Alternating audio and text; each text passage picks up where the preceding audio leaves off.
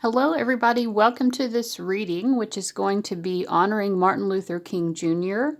And we're going to be, each of these readings is going to be a message of support, encouragement, and inspiration for the world changers, the activists, the light workers, the starseeds, everyone who is here and who knows that part of their life purpose is to assist the collective, assist us collectively in bringing this world into a better place than it currently is. So I am going to be using these Keep Calm and Trust God cards. Most of the quotes on these cards are from the Bible, and I'm doing that as part of my way of honoring Martin Luther King Jr., who was a Christian reverend. And we're going to be asking multiple questions today. So the first part of each of these 6 readings, and the timestamps as usual are below if you want to go ahead and go to that. But first we're going to be getting a message from Martin Luther King Jr. himself in the form of some of his quotations, but we're also going to be using tarot and oracle cards to sort of connect with his spirit and ask him to offer us some guidance here today. Next, we're going to be asking how each of you can address injustice with a loving heart. So when life hurts, or when it's painful to see how unjust life can be, how can you still remain loving and utilize the force of love to bring about the change that you're seeking in the world? Finally, we're going to be asking what skills and talents were you given that you need to be utilizing toward world change? And you might already be utilizing these things, or maybe fear is holding you back. But we're going to see what the readings have to say about that. So we have 6 reading options here. So you go ahead and connect to your intuition about which reading or readings have a message for you in whatever way works best for you. If it helps you, we do have a card here that might help you to decide which reading is meant for you. Number 1 is Freya. Number 2 is Lord Ganesh. Number 3 is Lady Nada. Number 4 is Goddess Bridget. Number 5 is Master Buddha. And 6 is Goddess Isis. Okay. Now, I'll tell you what I usually do to select a reading, and it may or may not work for you. I've found that it pretty much always works for me. And that is when I go to a reading, I'll look and see how many options there are. And so, for example, with 6 options, I would pull 6 tarot cards. And if any of those, 1 card for each option, and if any of those are major arcana cards, then I will take that to be a reading that has a significant message for me. And the particular major arcana, so if I pull the Death card, then that's going to tell me a little bit more about kind of the energy of the reading and what that message is beyond just what's in the message itself. If it's the Temperance card, that would tell me something about the reading that I'm about to listen to, etc. So that might be something to try if you're having trouble. And it may or may not work for you. Everybody is different in the way that they connect to their intuition. So I'm just putting that out there in case that might be something that you are interested in trying. All right, with all of that said, guys, I'm going to go ahead and get into the readings. Look for your timestamps below, and I'll see you there. All right, welcome to everyone who chose reading number 1. The card you chose was Freya, Phases and Cycles. And her card says, there is a beginning within every ending. Illusions are revealed and released. So you may be at the beginning of some sort of phase or cycle as it relates to you being a light worker, a world changer, whatever terminology that you associate yourself with.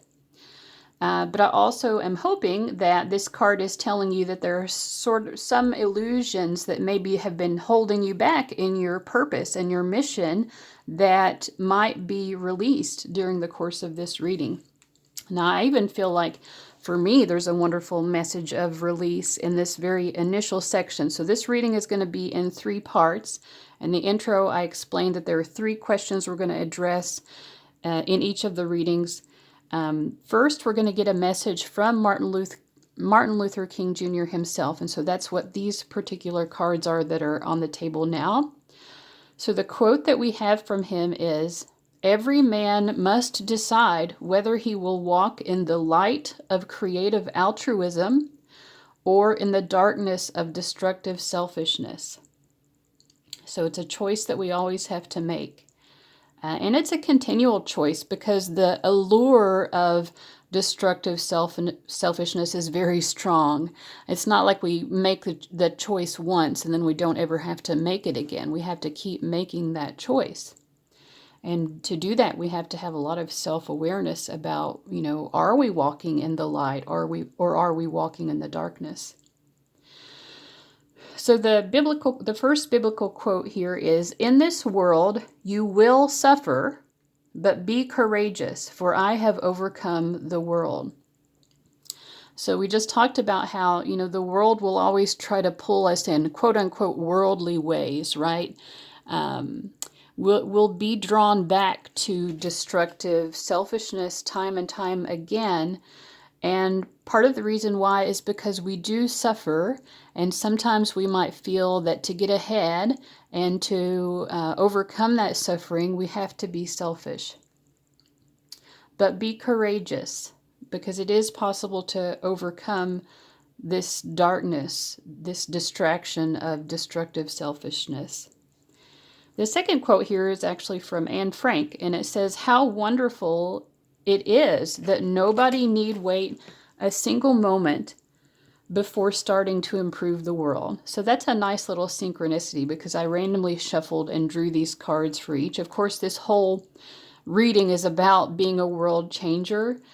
But when it comes to making that decision, you don't have to wait until the timing is right. You don't have to wait until you have enough money or enough time. The message is that you can make the choice now to start improving the world. It doesn't have to be something dramatic. There are small choices we can make every day. Even just becoming a better person or having more loving thoughts makes an impact on the world, and that's a choice we can make right now. Now, I'm seeing these tarot cards as well as a message from Martin Luther King Jr. If you're hearing some noise in the background, that's my cat over here. All right, so I have the Page of Swords, the 9 of Pentacles, the 5 of Swords, the Hanged Man, and the 4 of Cups. So I was looking at these before I started the reading just to try to understand or channel what the message was. And so I believe it is, some of you may be wondering, some of you may be curious, is it destructive selfishness simply to enjoy material things?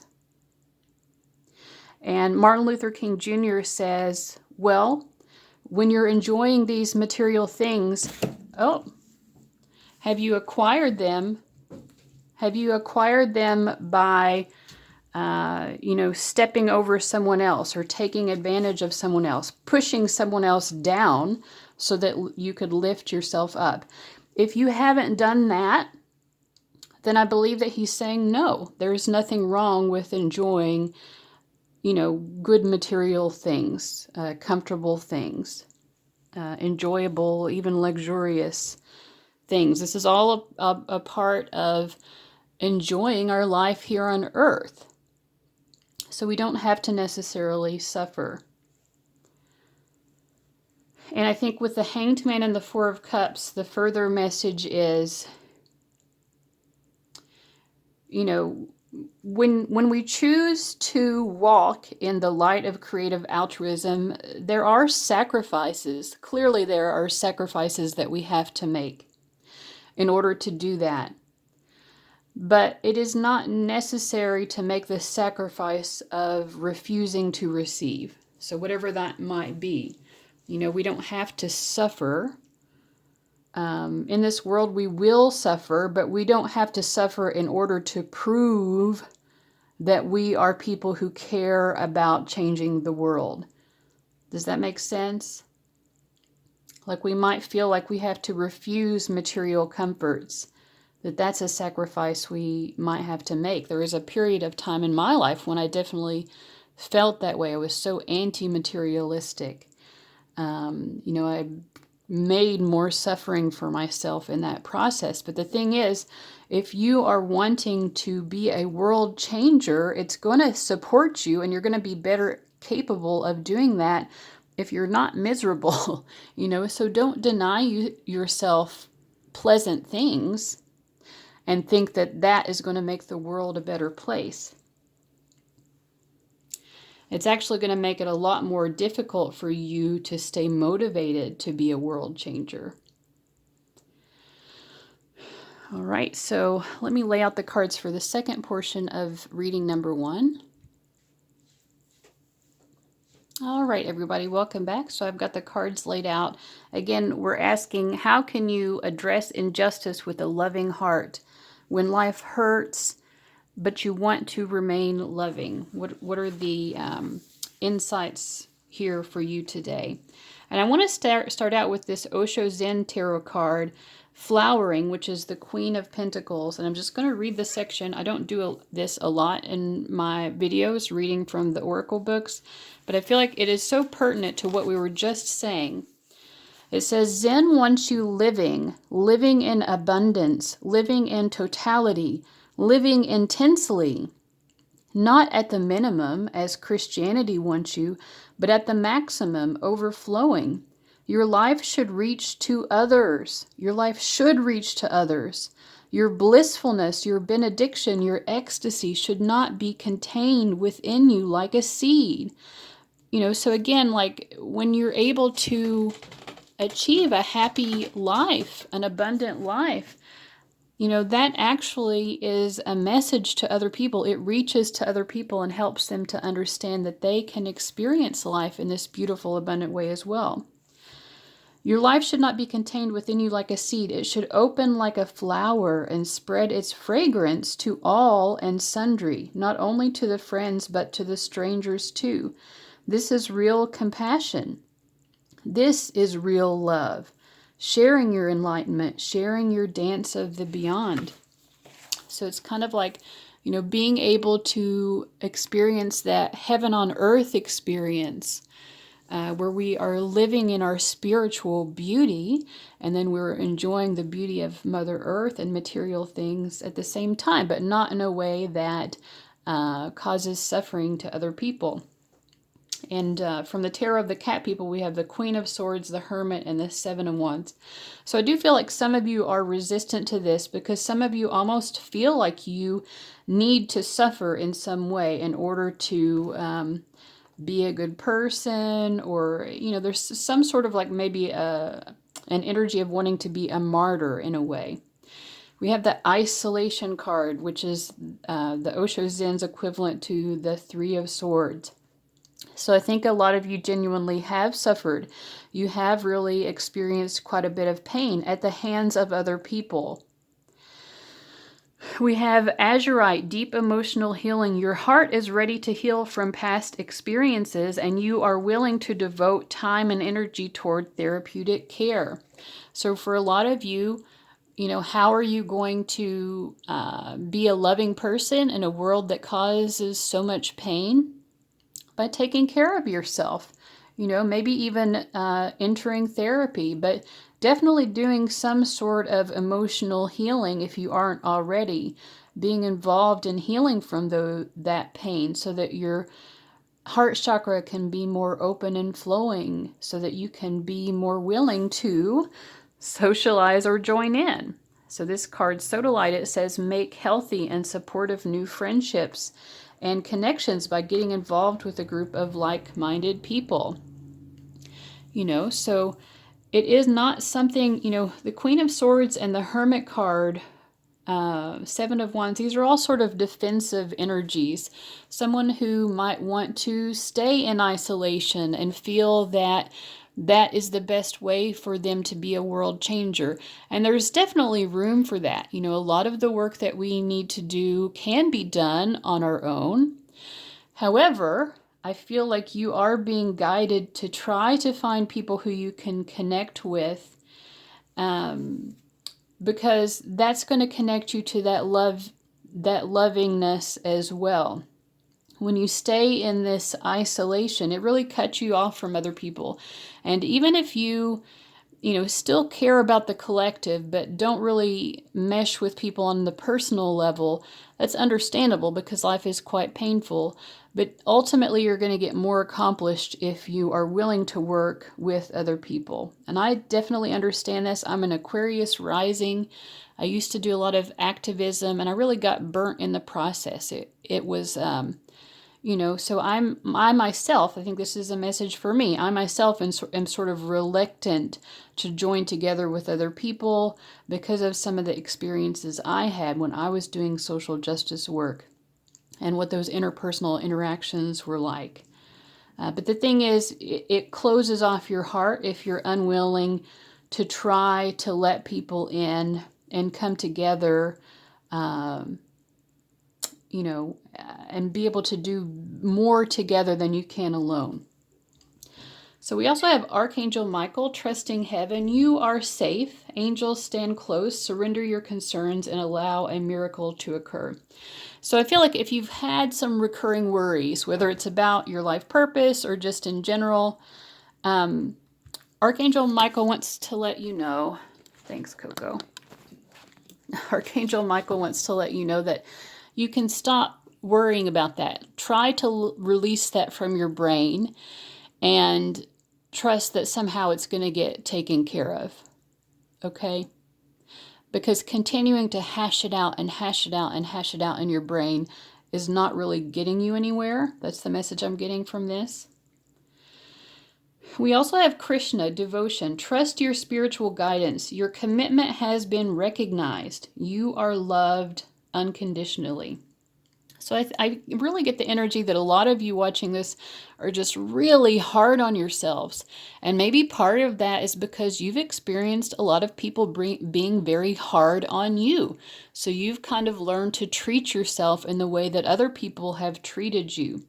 So maybe even when it comes to being, again, a light worker, a world changer, a starseed, whatever terminology you want to use, maybe even when it comes to that, you're really putting yourself down. You're not trusting the fact that, yes, you have been very devoted to this. I mean, nobody's going to be perfect. There might be points along our journey when maybe we make mistakes, and that is part of the journey. We learn from those mistakes and we become stronger. So you are loved unconditionally. Also, don't get into this mentality that these your guides and angels are mad at you or whatever. They're very understanding of the fact that you are a human being and that in this world you will suffer. And so it's very difficult sometimes to be like the most spiritually evolved person in the world when you're carrying around all of this pain. So you are understood. I also feel, because it says trust your spiritual guidance, some of you there's a guidance that maybe keeps coming through, and maybe you just don't take it as being very significant, or you don't quite understand it or something, and so you push it away for some reason. So they want you to pay more attention to, if you're getting the same message over and over, try to pay more attention to that. If you're confused by it, just dig deeper. Eventually the clarity will come. Maybe it will come in the form of Coco. I don't know. All right, so that's what I get for that. Next, we're going to ask, what skills or talents were you given that you need to be utilizing toward world change? I'm going to pause. I'm going to lay out the cards and get this cat off of my table. All right, so I've closed the door to my office again, so we will not be seeing from Coco again during the course of this reading.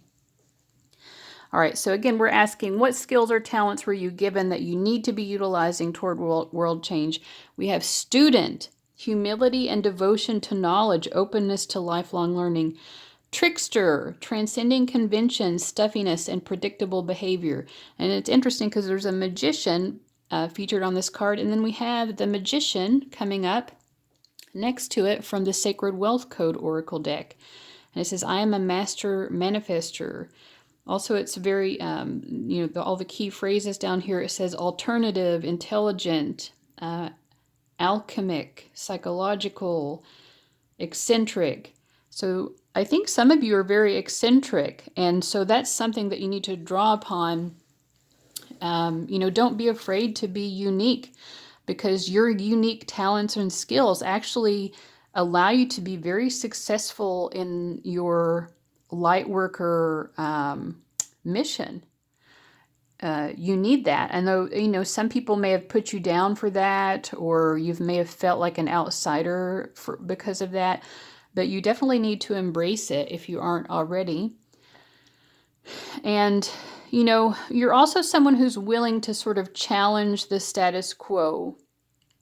You are a student. I also feel like you guys are very intelligent. I actually think there's probably a lot of folks watching who have a strong Aquarius in their chart, whether you're an Aquarius sun sign or not, or a prominent Uranus or something like that. I definitely get the energy of that, because you love humanity, you love the collective, but at the same time, maybe sometimes you prefer just to not have anything to do with people a little bit. And also there's that eccentric, I need to do things my way, I need to sort of shirk tradition. So those are all very Aquarian traits. Also this high level intelligence. I feel like a lot of you as well, you're going to be very successful in whatever career field you go into, whether it specifically relates to something you might think of as a light worker mission. Maybe you work with computers or something like that. But the fact that you're going to be very successful is helpful to you in your light worker mission, because it helps to support you. And also those are talents and skills that you can still utilize towards making world change. We need people who know how to use computers or do coding or things like that. Every skill set is going to be able to put to use in some way in making this world a better place. But yeah, definitely you're very intelligent. You are a student. I also think a teacher, because we have the Hierophant, but you're someone who is very good at learning, acquiring knowledge, but also teaching other people, successfully getting other people to understand. And it's because you do come at it from a sincere place of compassion. I also think that you really get a lot of enjoyment out of the learning process. I'm also getting the message that you guys, because, part of why you're excellent teachers, it's because you're very compassionate and you do care about people. But it's also because you have those aha moments. You really understand, with this magician energy, you really understand what it is that's getting between someone and their understanding of a concept. So you can really, like magic, you can really get that light bulb to go off over their head when before it wouldn't go off. So that's what I'm getting for you guys. This was a very interesting and wonderful reading. I really hope that it helped. And thank you so much for watching. Thank you for being interested in doing this collective work towards our collective evolution. All right. Thank you so much for watching, guys. Like and subscribe if you haven't already. And I'll see you later. Bye-bye. All right, welcome to everyone who chose reading number 2, which was Lord Ganesh, and his card says Infinite Abundance. Obstacles are being removed, spiritual support and connections are increasing. All right, and we have 2 quotes here from Martin Luther King Jr., and they say, if you can't fly, then run. If you can't run, then walk. If you can't walk, then crawl, but by all means, keep moving. And I feel like this connects with this Lord Ganesh message about obstacles being removed, because one of the obstacles that we can have is internal, which is that message of I can't, I'm not enough, I don't have enough, I don't know enough. But this is saying, wherever you are in life, yes, you can. You can be a part of this movement to create a better world. The next quote is, darkness cannot drive out darkness.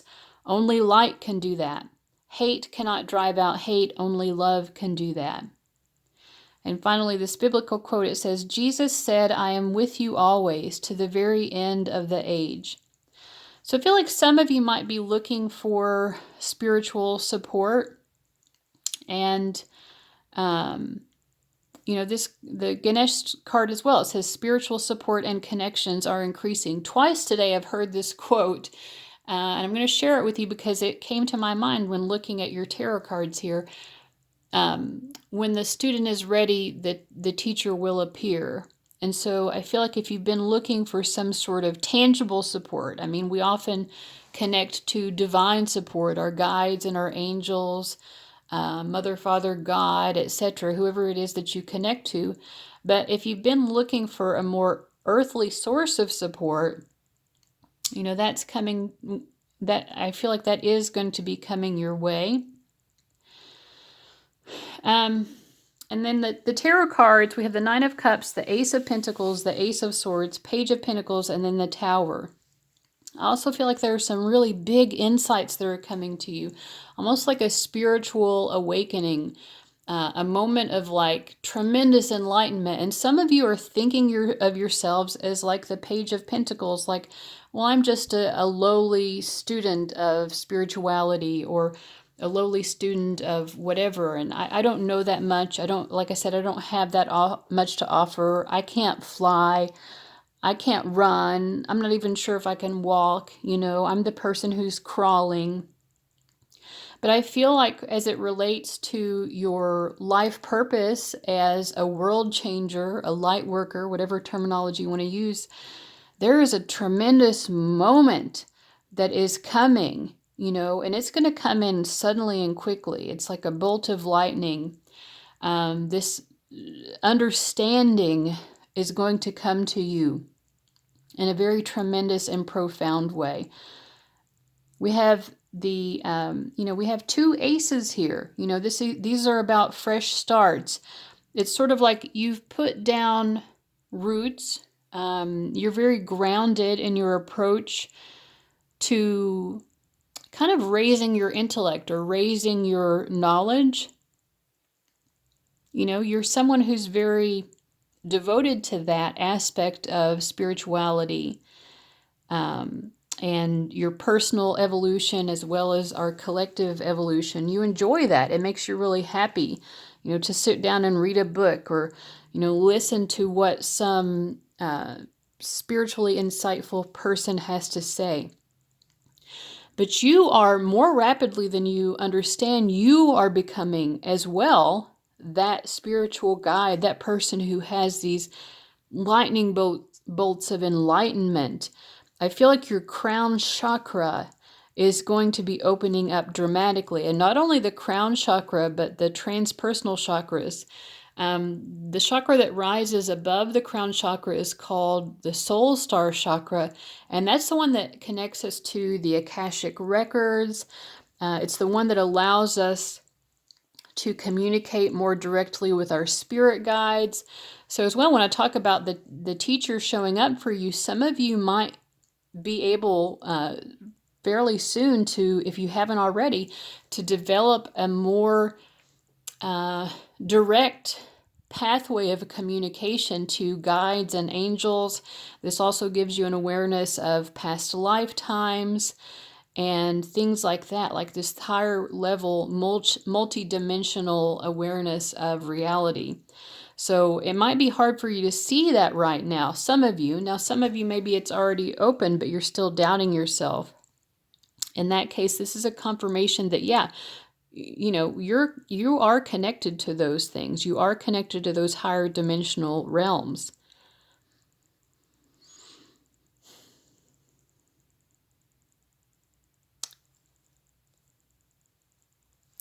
With this, darkness cannot drive out darkness, only light can do that. Hate cannot drive out hate, only love can do that. I think as well, for those of you who have been doubting yourself, the fact that you have, look at what you've been able to accomplish already. You think you haven't done so much, but the fact that you have demonstrates that you are connected to not only light and goodness, but enlightenment, that you are enlightened and aware. You're much more knowledgeable and aware and connected than you realize you are. And you've been able to drive out some sort of darkness in the world and in your life. And that in and of itself is a demonstration of your abilities and your knowledge. You're not just crawling, you are flying already. And I think that you need to be reminded of that. So that's the message from Martin Luther King Jr., that he wants you to be reminded of how enlightening you already are. But also that I do feel like there is some sort of new phase that is coming to you where it's going to be even more profound. All right. So I'm going to lay out the next cards, and we're going to be asking next, how can you address injustice in the world with a loving heart? When life hurts, when we look at the world and we're hurt by the injustice that we see, or when we're personally hurt by the circumstances of our lives, how can we still remain loving in our approach to life and being a world changer, a light worker, etc.? So let me lay out those cards. All right, so to start out with, up in the upper left-hand corner, we have the Chariot card. We have Justice and the Eight of Swords. I really feel like this reading is for a group of people who unnecessarily doubts yourself, because you are already making so much progress towards being a very loving person and being able to overcome your own sense of being hurt in the world and pursuing justice in that loving way. I do feel like we have projections, which is the Seven of Cups, and rebirth, which is the Ten of Swords from the Osho Zen deck. I feel like a lot of you are projecting a lot of unnecessary things upon yourself. You're not really seeing who you are. I feel like you are maybe putting a lot of negative, unhelpful labels upon yourself. You're feeling like you're not evolved. I'm actually going to read this rebirth message from the Osho Zen Tarot deck, because I'm feeling like that message is going to be helpful for you guys as well. So let me get that out. Okay, so it says, in Zen, you are coming from nowhere and you are going to nowhere. You are just now, here, neither coming nor going. Everything passes by you. Your consciousness reflects it, but it does not get identified. When a lion roars in front of a mirror, do you think the mirror roars? Or when the lion is gone and a child comes dancing, the mirror completely forgets about the lion and starts dancing with the child? Do you think the mirror dances with the child? The mirror does nothing. Kind of like these projections, they are mirrors. The mirror does nothing, it simply reflects. Your consciousness is only a mirror. Neither do you come nor do you go. Things come and go. You become young, you become old, you are alive, you are dead. All these states are simply reflections in an eternal pool of consciousness. I'm going to read this part. I think this is the part that I was thinking of that was more pertinent to you guys, but I do like that emphasis they placed on reflections, because I feel like you guys, you're kind of believing as well things that other people are projecting onto you. You're believing that to be true of yourself, and it's not true. Okay, this card depicts the evolution of consciousness as it is described by Nietzsche in his book, Thus Spake Zarathustra. He speaks of the three levels of camel, lion, and child. The camel is sleepy, dull, self-satisfied. He lives in delusion, thinking he's a mountain peak, but really he is so concerned with others' opinions that he hardly has any energy of his own. Emerging from the camel is the lion. When we realize we've been missing life, we start saying no to the demands of others. We move out of the crowd, alone and proud, roaring our truth. But this is not the end.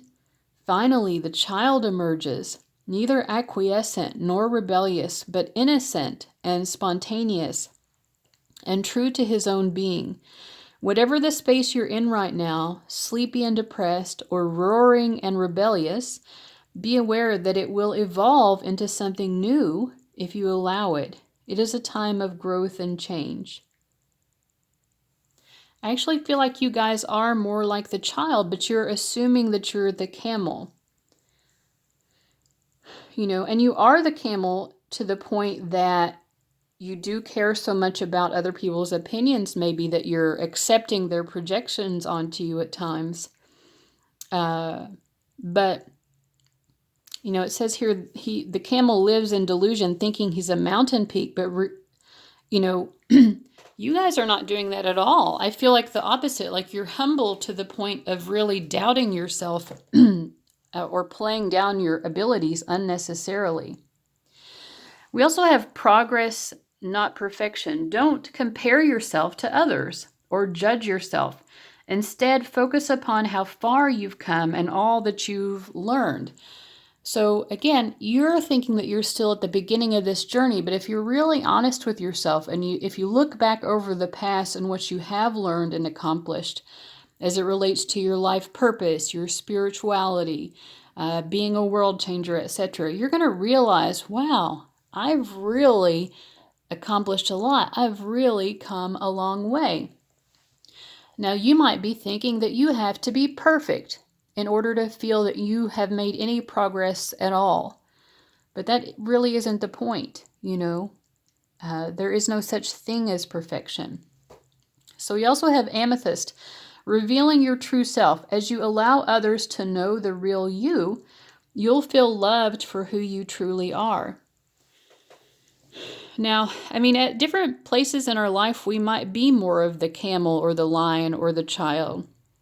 Sometimes we have to take on qualities of, you know, these different archetypes. There may be times where, as the lion, we really have to kind of assert to other people who we are rather than allow them to kind of tell us or judge who we are. So revealing your true self to others is about not only being true to yourself, but, you know, just, I guess, you know, being willing to see the truth of yourself even when other people are very intent on downplaying your qualities. Don't play their own game, you know. Be willing to show up and represent the real truth of who you are. All right, and we have Melchizedek, higher learning. You have learned from experience. So many synchronicities in this reading. More inner study is now required to further progress. And I put this card and Kuthumi on either side of the Tower card because I feel like it's, you know, you're being reminded that you've learned so much. But yes, of course, there's more to come. And it's so exciting. There is more progress to be made. But don't discount just because there's more progress. I mean, that's exciting. That's something to get excited about. It's not an excuse to be like, oh, well, why didn't I already have this enlightenment that's yet to come? Well, because you're progressing. I mean, that's the whole point of reincarnating. That's the whole point of what we're doing here, is that we're in a process of learning and growth. So Kutumi, it says, cloak of wisdom. You already know the answer you seek. Trust what you know.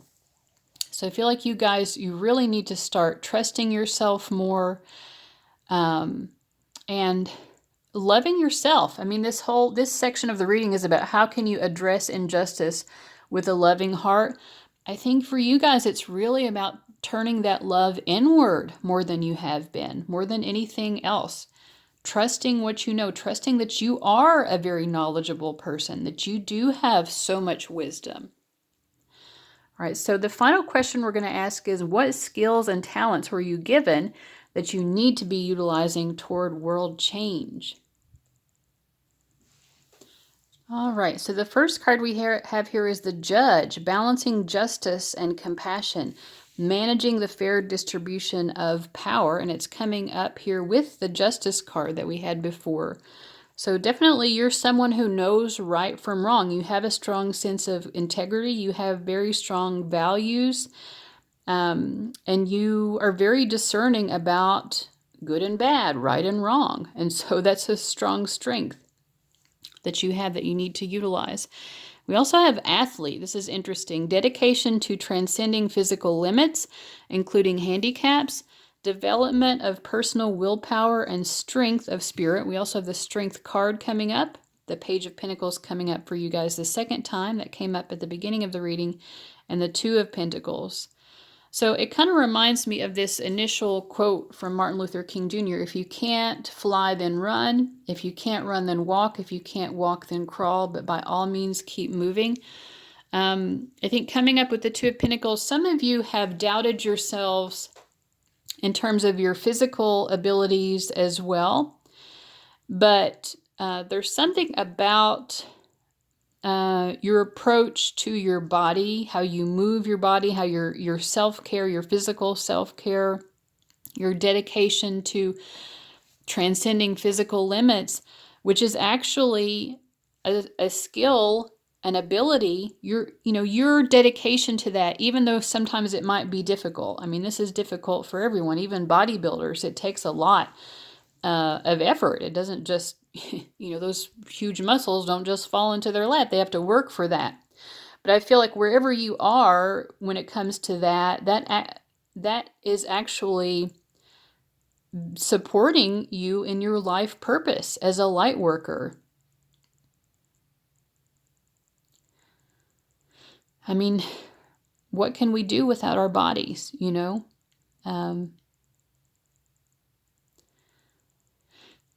We also have the administrator, Saturn. I walk with a foot in both the earthly and spiritual worlds. Interesting.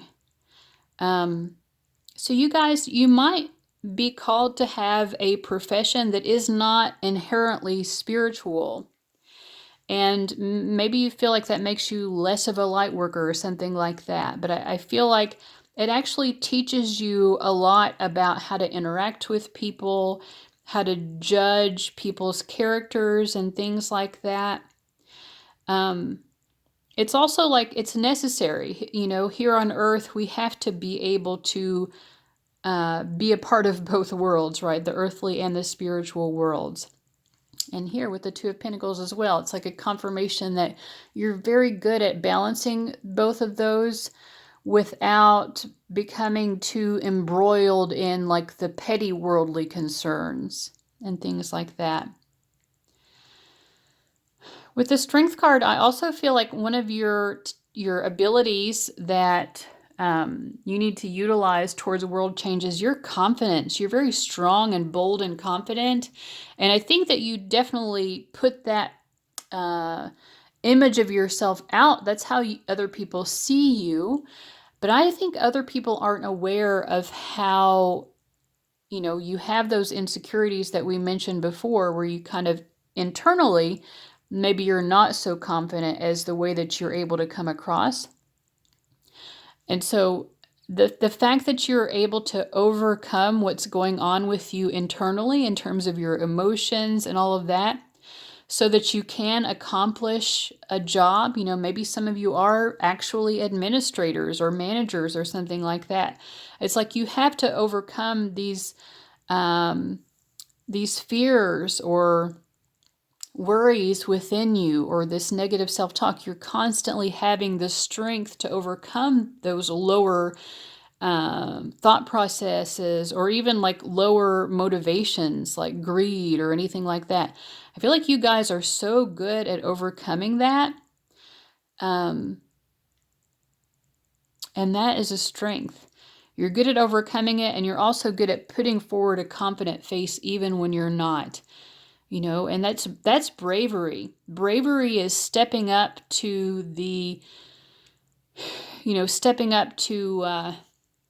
like it's like David, and I'm thinking of like David and Goliath. Do you think David wasn't scared of, coming up against Goliath? That's what courage is, when you're completely scared inside, but you're still willing to take up this role that puts you in danger, because you know what's right, and you are going to be serving what's right and just in the world, even if it is terrifying at times. So I also feel like there's a message here that this confidence that you have, that you show to the world, so that they don't know how maybe inadequate you feel at times, or how fearful you feel at times. Your guides as well want to encourage you to pull that inward, so that you are feeling it more internally. Convince yourself, because the truth is you are very strong, you are very courageous, and you need to, be more in that mindset internally, not just putting out this outward mask so that other people will not take advantage of you. I hope that makes sense. All right, so guys, thank you so much for watching. Please like and subscribe if you haven't already. And guys, I'll see you later. Bye-bye. All right, welcome to everybody who chose reading number 3.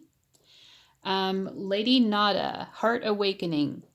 It says, awaken to acceptance and divine love, give and receive in balance. So she's going to, I think we'll kind of see how that message sort of plays out and connects to everything else.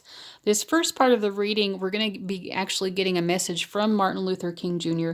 We're going to start out with a quote from him, which is, we must learn to live together as brothers or perish together as fools.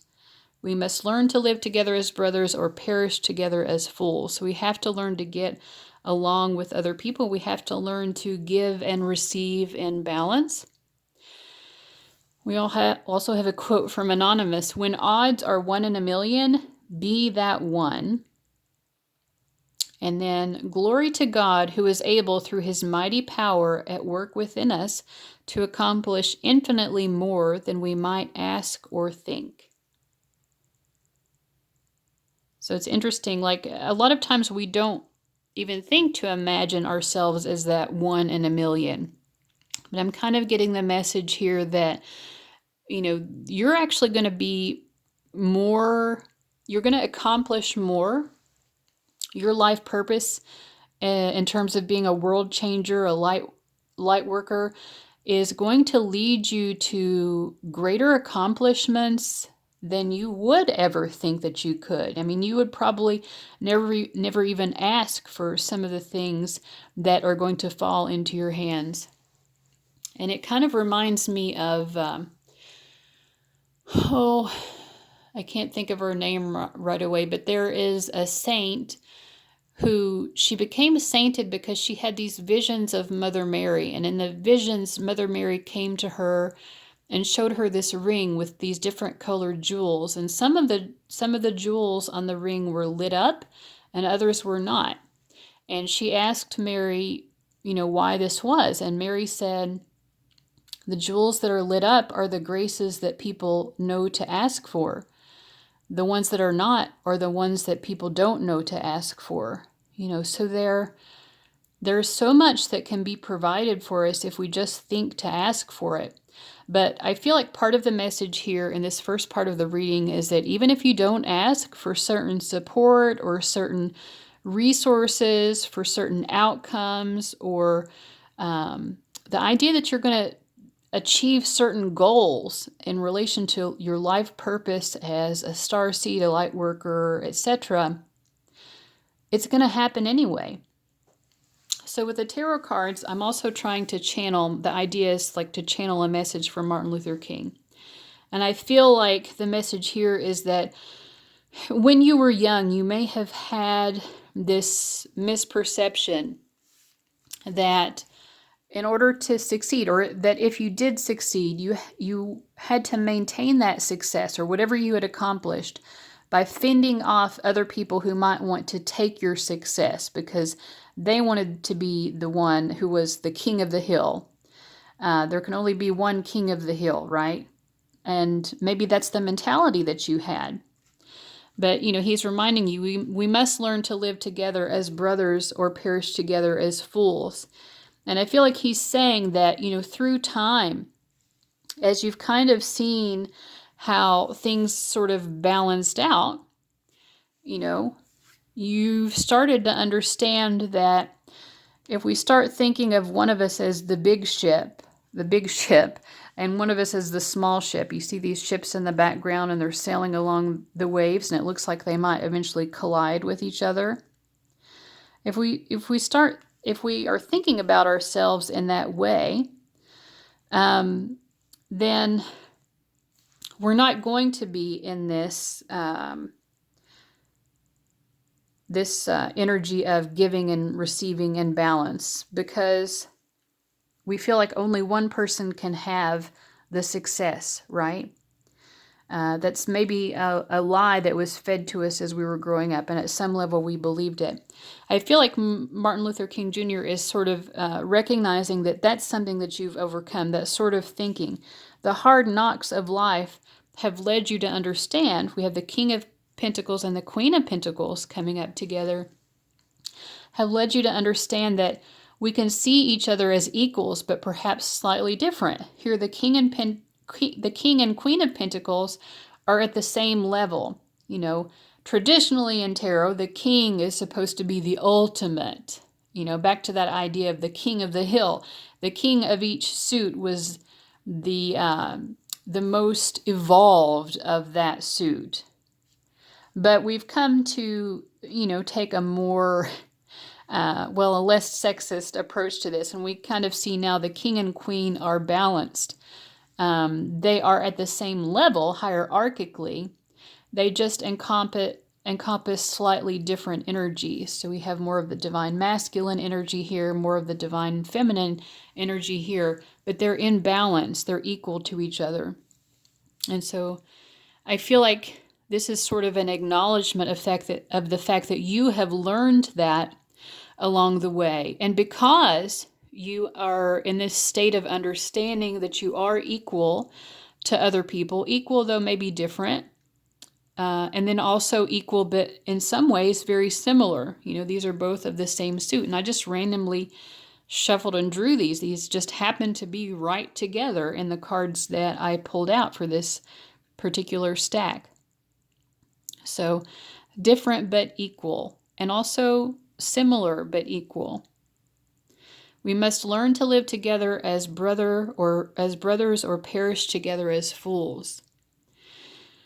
And I feel like there's a message here that because you understand that no matter where we are in life, people are going to be in different places.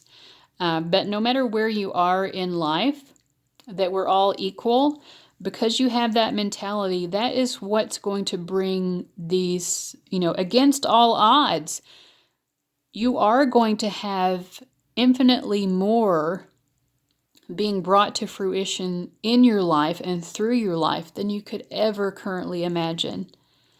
So that's a really interesting and wonderful message. So next we're going to be asking, how can you address injustice with a loving heart when you see so much hurt and pain and cruelty in the world? How can you remain in a loving heart space? So let me lay out the cards for that. All right. So we have, first of all, from the Osho Zen Tarot deck, we have the Eight of Swords, which says guilt, and the Seven of Swords, which says politics. So first of all, I'm getting a message that some of you feel some guilt that, we talked about coming through this process of learning that we're all equal. But I think some of you might have some guilt of being sort of political in the past and trying to be the one who wins, or feeling like you have to win in a way that means that other people can't also be winning. So maybe you have some guilt or shame about ever having those thoughts to begin with. And I feel like the answer here is to forgive yourself, forgive yourself for being human, because you have progressed. I feel like you have sort of shed light on those previous thoughts of, needing to get ahead, or needing to be the best, or something along those lines. You've already gotten past that, so you can forgive yourself for who you might have been in the past. And maybe that wasn't the issue. Maybe there are other things that you feel guilty about that you need to forgive yourself for. If you're not capable of forgiving yourself, it's going to be very difficult to forgive and keep your heart open and loving towards other people, especially when we're talking about world injustice, because obviously there are people who have done really powerful wrongs to other human beings, to Mother Earth, to all of the inhabitants of Mother Earth, far more than anything you might have done, right? And I mean, how are you going to have love for those people at the same time when you want to correct the problems that they've caused, if you can't even forgive yourself for what you've done, which is nothing compared to what some of this damage that has been done by people who have power and influence. So I feel like it's about understanding that you are a different person, that you are not who you have been in the past. That is not your identity. And also just coming to peace with the fact that you are someone who can work collaboratively with other people, be respectful of other people, see people as equals, see the fact that everyone brings something different to the table, and we can make wonderful things happen together if we work together collectively. You're already someone who is aware of that. So we also have, there's a little bit of glare over here, but this card says spiritual or religious community. Join with like-minded people for friendship and increased spiritual growth. I feel like, I don't know if I have two angel-like cards in this deck for some reason, but I feel like that same exact card came out in reading number 1. Or it must have been a card with at least a similar message. But yeah, I mean, you're someone who understands the power of community, I feel like. And because you understand that coming together with people of a like mind is important, again, that's a way of keeping your heart open, just by being involved collaboratively with other people.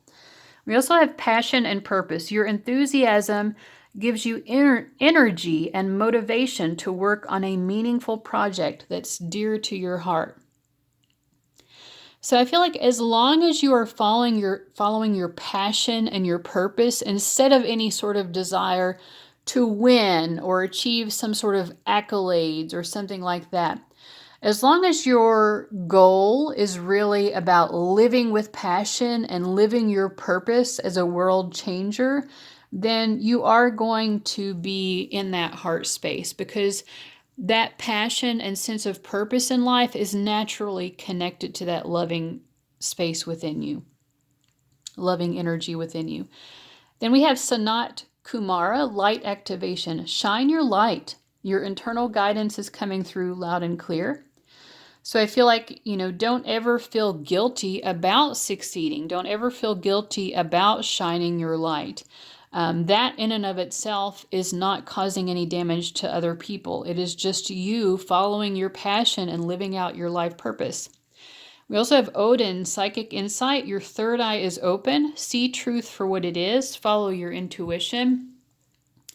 So in terms of answering that question, how can you address injustice with a loving heart?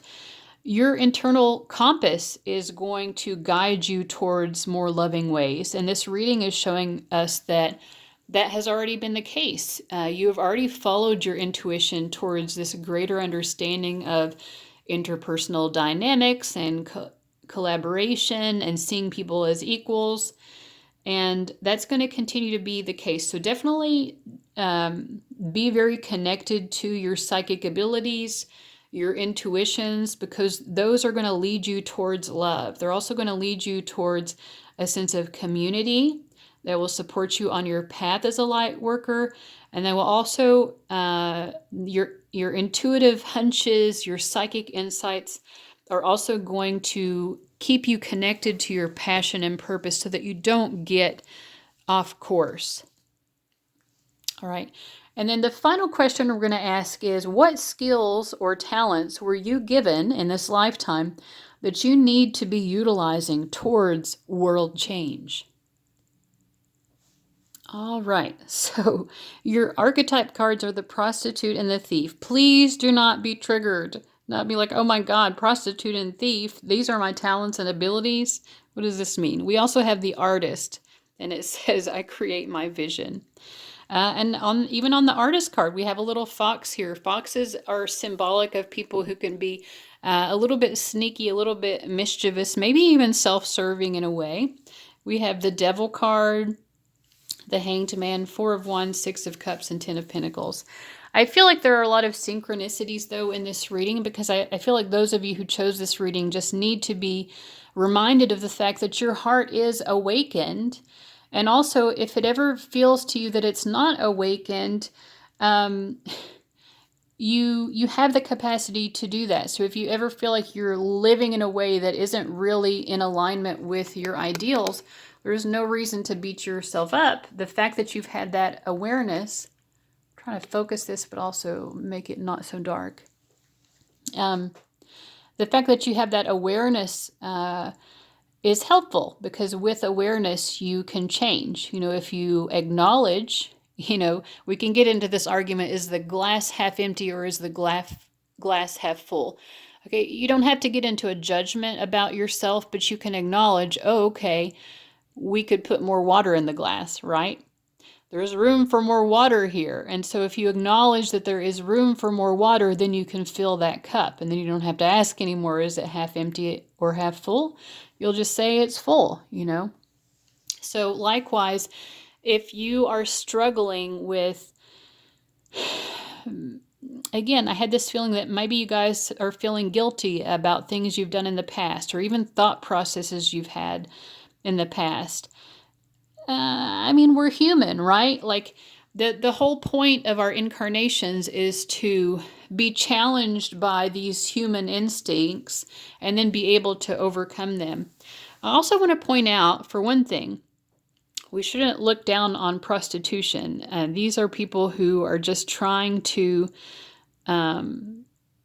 make a living, just like all of us. And I don't know about you. I've done jobs before where I didn't necessarily feel like the job itself had an integrity, or that the organization I was working for had integrity, but I had to pay my bills. I had to survive. That's just a truth of life. And so the message on this card says, accentuates the challenge of surviving without negotiating the power of your spirit. Here on earth, there are going to be times when we do have to negotiate the power of our spirit in order to survive. But along the way, we can, like the Hanged Man, we can start to see things differently, or find different ways of looking at things or approaching life, so that we don't have to negotiate the power of our spirit in order to make a living or to get by, get those bills paid. And that's a learning process. And like I said, I feel like you guys have learned so many of these lessons already, and it's an encouragement to keep going. Keep allowing your heart to awaken, or at the very least, keep having that self-awareness without judgment, without judgment or guilt. Guilt is a very unhelpful emotion. It doesn't help you to accomplish anything. But self-awareness can help you, again, like I said, to accomplish filling that cup all the way to the top, metaphorically. So if you're wanting to be a better person, that's all you have to do. You don't have to focus too much on guilt or feeling bad about decisions or behaviors you've made in the past. So with the Four of Wands, the way she's sort of like leaning into both of these cards here, I also feel like there's a message to really learn to accept and love all of who you are. It's kind of like the shadow work. We don't want to run from our shadow. We want to get to know our shadow. We want to dance with our shadow. And when we can do that, when we can acknowledge both our higher self, represented here by the Hanged Man, the spiritual enlightenment part of ourself, and then the lower self, the shadow, or maybe the ego, represented by the devil. When we can acknowledge those different parts of ourselves and really embrace all of who we are, then we aren't so controlled by those lower impulses, and we can rise more towards the higher self. So the Thief card here, it says, sheds light on the potential wealth within you that can never be stolen. So as well, I think, you know, you may have felt in life that other people took advantage of you as well. You know, maybe took advantage of your labor, you know, back to that prostitute message, took advantage of your labor, and or you've been in positions where you've had to do jobs that maybe were not what you wanted to really be doing, or that you didn't even necessarily agree with. And you know, I think this thief card here, it's a message that nobody can steal the truth of who you are. Nobody can steal the real wealth within you.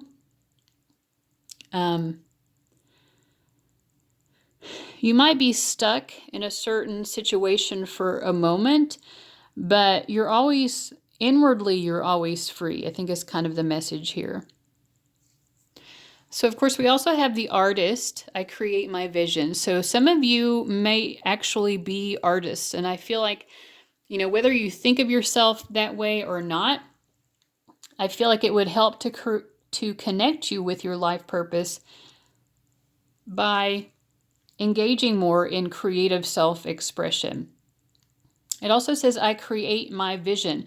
So I feel like you guys are visionaries as well. You're people who can really look to the future and imagine a better world and imagine even a better life for yourself. So maybe, like I said, maybe you've had to do things before that you weren't proud of, or that you, you know, or I don't know. I guess we'll leave it there. Things that you weren't proud of, and you were able to look past that, right? And I feel like the message is that you can continue to do that. You can continue to see better. If the glass is not completely full, you can envision what it would look like for it to be full, and then go about a course of action that would cause that to be true, to make that cup full. I feel like you guys also, with the Six of Cups and the Ten of Pentacles, you are being reminded of the fact that you are a very loving and sweet and tender person. You also have the ability to be sweet and tender to people who are not necessarily always sweet and tender back. And that shows that you have this sort of innate kindness as well, that you want to continue to be drawing upon as it relates to your life purpose, being a world changer, and all of that. I feel like you're someone who is able to create very long-standing connections with other people, so like lifelong friendships with other people. And again, it's because you're so kind, and this actually supports you to be able to take on your Lightworker mission, because we're going to have to be working together in order to accomplish ascension, or however you want to think about it, but helping the world to collectively evolve. All right, so I hope that was really helpful. I hope that you got a lot out of that. I want to thank you so much for watching. Like and subscribe if you haven't already. And guys, I'll see you later. Bye-bye. Hello to welcome to everyone who chose reading number 4. The card you chose was Bridget, and it says inner strength. Move back to wholeness. Recognize that you have the power. And I think it's interesting because there are already some synchronicities showing up here. So, you know, this portion of the reading we're going to do, there are 3 parts to this reading. First, we're going to be getting some messages from Martin Luther King Jr. And like I said in the intro, I'm using these Keep Calm and Trust God cards, most of which include biblical verses on them, because MLK was a Christian reverend. And so that is to show honor and respect to him as a spiritual leader, in addition to being a civil rights leader, because he really brought those 2 things together. But the Bible verse here is, the Lord is my strength and my defense. He has become my salvation. So definitely, I feel like there's a message for you guys to really be in touch with that sense of inner strength, and also know that you can draw upon the strength of the divine, of God, you know, whatever terminology you like to use. Everyone is different, but really God is God, you know. We can put different names on it, but it's all the same. It's all the same. We're talking about the source of love, the source of creation. So we have two quotes here from Martin Luther King Jr. as well. The first one says, "The time is always right to do what is right."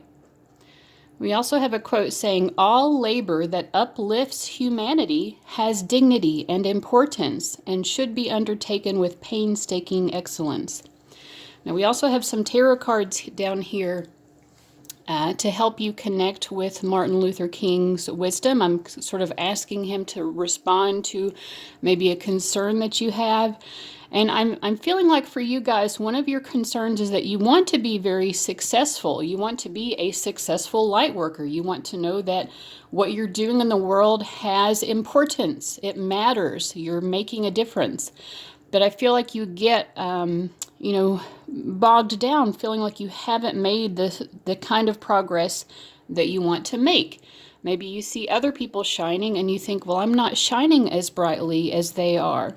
I feel like, especially with this quote here, you're being asked to understand the strength of what you are contributing, and it doesn't really matter how many accolades or whatever you're getting or not getting. What you are doing does matter, and you need to do that with excellence. The time is always right to do what is right. Simply by choosing to do the right thing, you are aiding in the mission of light workers, world changers, people who want to make the world a better place. That's very simple. It doesn't require you necessarily to be the center of attention. But I do see here that for some of you that bothers you. It makes you feel perhaps that you're a failure in your life purpose mission to be a world changer. With the 5 of Cups and the 9 of Swords, it's definitely causing you a lot of sorrow. Now, for some of you, I'm getting the message that it's a little bit different. Maybe you have been successful, but that success brought you a kind of sorrow or regret that you weren't expecting. Maybe you didn't expect success, or what you're perceiving as success.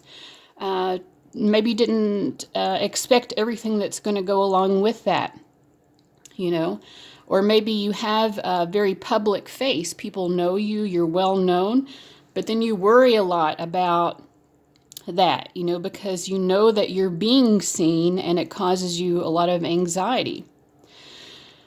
So I feel like the 4 of Pentacles here is really the message or the response that Martin Luther King has to that. And I feel like he's saying,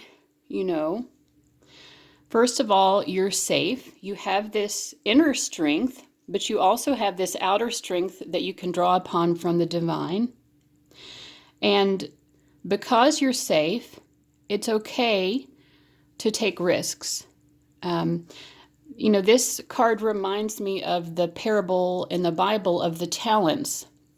And it's been a long time since I've read this, but it's sort of like these 2 men were given a talent, which was like, I guess, a word that signifies like a coin or money or something like that. One man, like this, held on to his talent.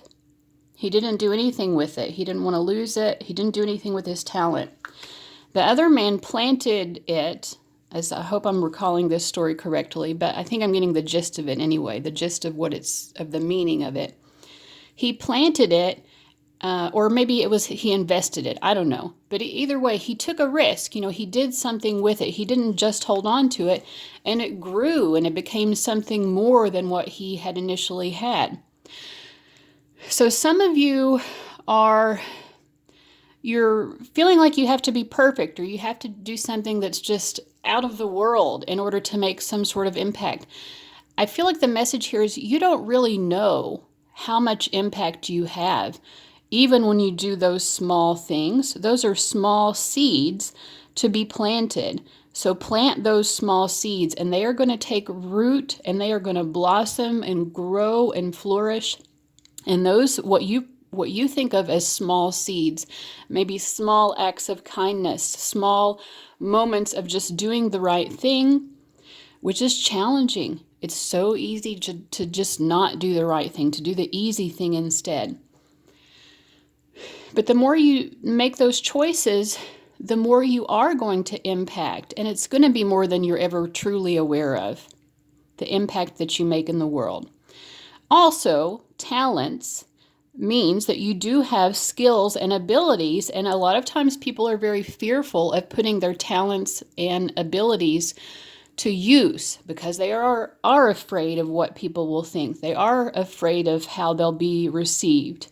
And that's one of the things that comes along with being successful is that people know you, they know who you are, they're going to say good things, you're going to get some applause, but you're also going to have some hecklers throwing, metaphorical tomatoes at you. So that is a risk that you have to take. But I feel like you're being urged to take that risk anyway, because that's what's going to help you to benefit the world in the way that you want to. So in the next section of the reading, we're going to be asking, how can you, in your interest in being a world changer, a light worker, someone who's helping the ascension process, how can you do that in a way that keeps you in touch with that sense of being a truly loving person? Because sometimes the world can hurt, or just looking at the injustice in the world, it hurts so much and it can make us angry. And it's hard to stay in that space of being a loving person. So I'm going to pull out the next assortment of cards here, and we're going to answer that question for those of you who chose reading number 4. All right, guys. So we have several cards here. We have the Devil card from the Osho Zen deck. It's called Conditioning in that deck. We have the 7 of Wands, Stress. From the Tarot of the Cat People, we have Ace of Cups, 7 of Pentacles, and the Fool. And this is interesting because this is just what we were talking about. Sometimes growth might come slowly, and that's part of the message of the 7 of Pentacles. But you have to plant those seeds. You have to utilize those talents and skills that you do have. You have to, even if it's small, you do need to take action towards being a good person, to doing what's right and all of that. Even if you think it's not that significant, it really is, and it may take time, but everything that you do is going to grow and flourish. So that's kind of like, I see that as a confirmation of what have already said. We also have Titanium Rainbow Quartz. It says multifaceted. There are many layers and dimensions to the situation or person you're asking about, which is you. We're asking about you and how you can stay in that space of being a loving person. We also have life lessons. You can break free from recurring negative patterns by praying to know the lesson and blessing they contain. So some of you might be sort of stressed out or worried because, again, like maybe you don't feel like you're contributing as much as you want, or you're afraid of people's reactions to you when you do utilize your skills and talents. And this is just asking you to break free from that. If it's not what you want it to be right now, ask yourself, well, what's the lesson? They're in things moving more slowly, or if things not being the way that you want to, why is that? What opportunity is that bringing to you? I'm also kind of getting a message with multifaceted, that you are multifaceted. You have a lot of different talents. And kind of like with this stress, maybe you feel like you're sort of trying to balance all of that, and sometimes you don't really know where to place your energies. And I'm kind of getting a message like you just need to kind of take a deep breath and release your worry about that. Don't worry so much about it. I feel like if you are Ace of Cups, if you are doing it with love, if you're consistently planting those seeds and attending to those seeds, continuing to focus on slow and steady growth, then you can let go of any worry. And like the Fool card, you can rest easy and assured, knowing that good things are coming. The Fool card is all about trusting that as you step into the future, the divine will catch you. You're going to be okay. There's nothing that really ultimately can hurt you simply by moving forward in life and taking one step at a time into the unknown. So, you can't do everything all at once. So slow it down, Choose one thing at a time to focus on, and you will be okay. So we also have White Eagle, Ancestor Spirit. Connect to your lineage. A family wound or pattern can be healed now. So some of you might want to do some research into your family lineage. Maybe you will learn some things about yourself in that process that will really help to align you more with your life purpose and your purpose as a light worker and a world changer. We also have Teacher Awakens. You have something important to share. Follow the inner call. Don't let anything stop you. And from the very beginning of this reading, I feel like there are multiple things stopping you. You don't know what to focus on. That stops you sometimes. You have sort of maybe perfectionistic tendencies, which a lot of people have who are very talented because they care about doing things with painstaking excellence. And doing things with painstaking excellence is very important. But we can't expect ourselves to be perfect as a prerequisite to taking any first step towards action. You have to take action. That act of trusting and being willing to take action and put yourself out there, that in and of itself shows that you are being a painstakingly excellent human being who cares about changing the world for the better. And also, with Teacher Awakens, some of you have you have a lot to share. You are meant to show other people the way. You are a way shower, I feel like. We often look at our ancestors to be way showers. I think that you as well are a way shower. Of course, this also says a family wound or pattern can be healed now. And this is interesting. And I'm going to read from the Osho Zen guidebook about this. So literally this is, I think this is a wounded lion. But anyway, we'll find out when I read the passage. But yeah, some of you are going to need to do maybe some healing based on painful experiences you've had in your life, probably related to your family.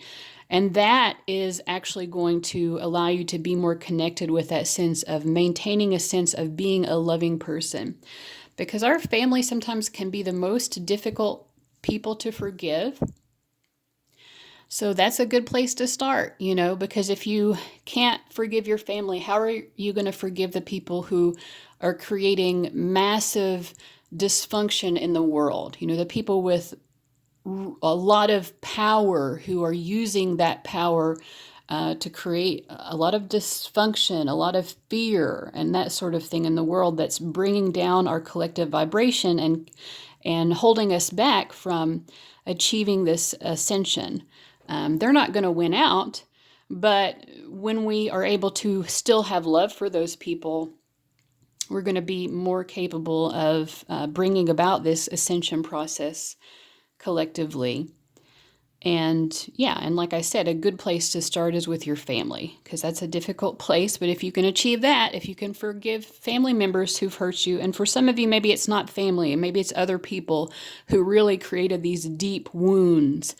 And those wounds need to be healed so that you can be the most loving person that you can be. All right, so this conditioning card. It says, this card recalls an old Zen story about a lion who was brought up by sheep and who thought he was a sheep until an old lion captured him and took him to a pond where he showed him his own reflection. Many of us are like this lion. The image we have of ourselves comes not from our own direct experience, but from the opinions of others. A personality imposed from the outside replaces the individuality that could have grown from within. We become just another sheep in the herd, unable to move freely and unconscious of our own true identity. It's time to take a look at your own reflection in the pond and make a move to break out of whatever you have been conditioned by others to believe about yourself. Dance, run, jog, do gibberish, whatever is needed to wake up the sleeping lion within. So that's very interesting.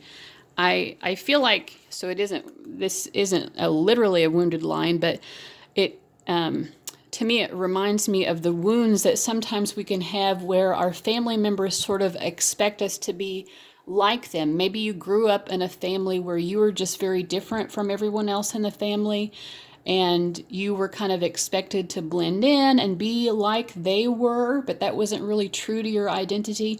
And perhaps for some of you that created sort of a deep wound that now needs to be healed. I want to read the rest of the passage here as well and see what other insights there are for you from this conditioning card.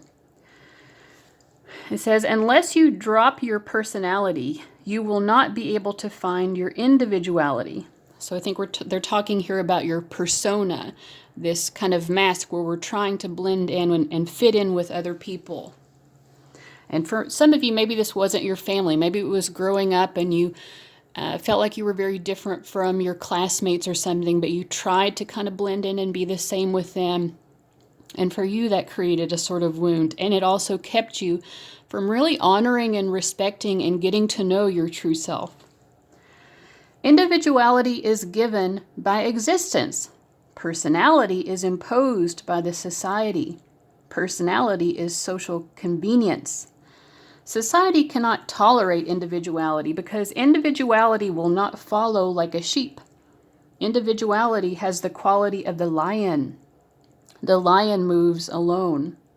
The sheep are always in the crowd, hoping that being in the crowd will feel cozy. Being in the crowd, one feels more protected, secure. If somebody attacks, there is every possibility in a crowd to save yourself. But alone, only the lions move alone. And every one of you is born a lion, but the society goes on conditioning you, programming your mind as a sheep. It gives you a personality, a cozy personality. Nice, very convenient, very obedient. Society wants slaves, not people who are absolutely dedicated to freedom. Society wants slaves because all the vested interests want obedience. Wow. Talk about a world-changing message.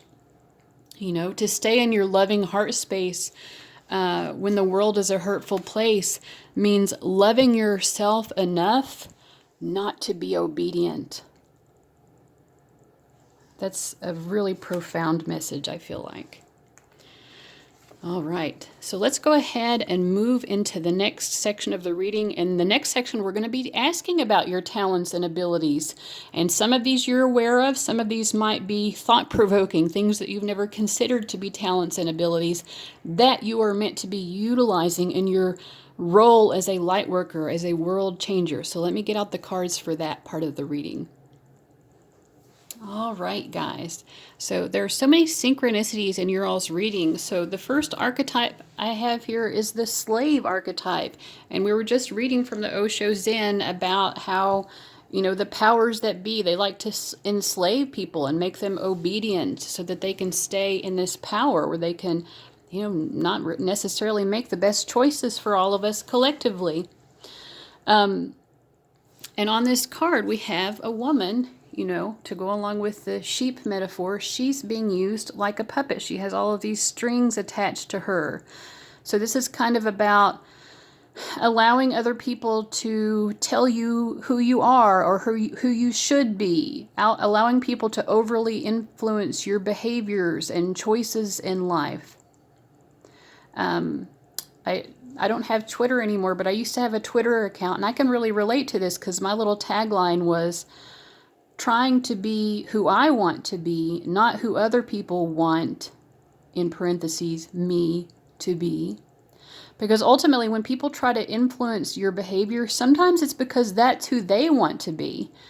Kind of like a parent who lives vicariously through their child. Or sometimes we can even have friends who need us to be or act a certain way because they're projecting their own ego gratification onto us. Like, oh, you should wear your hair this way, or you should wear this type of clothes, or listen to this type of music, or whatever.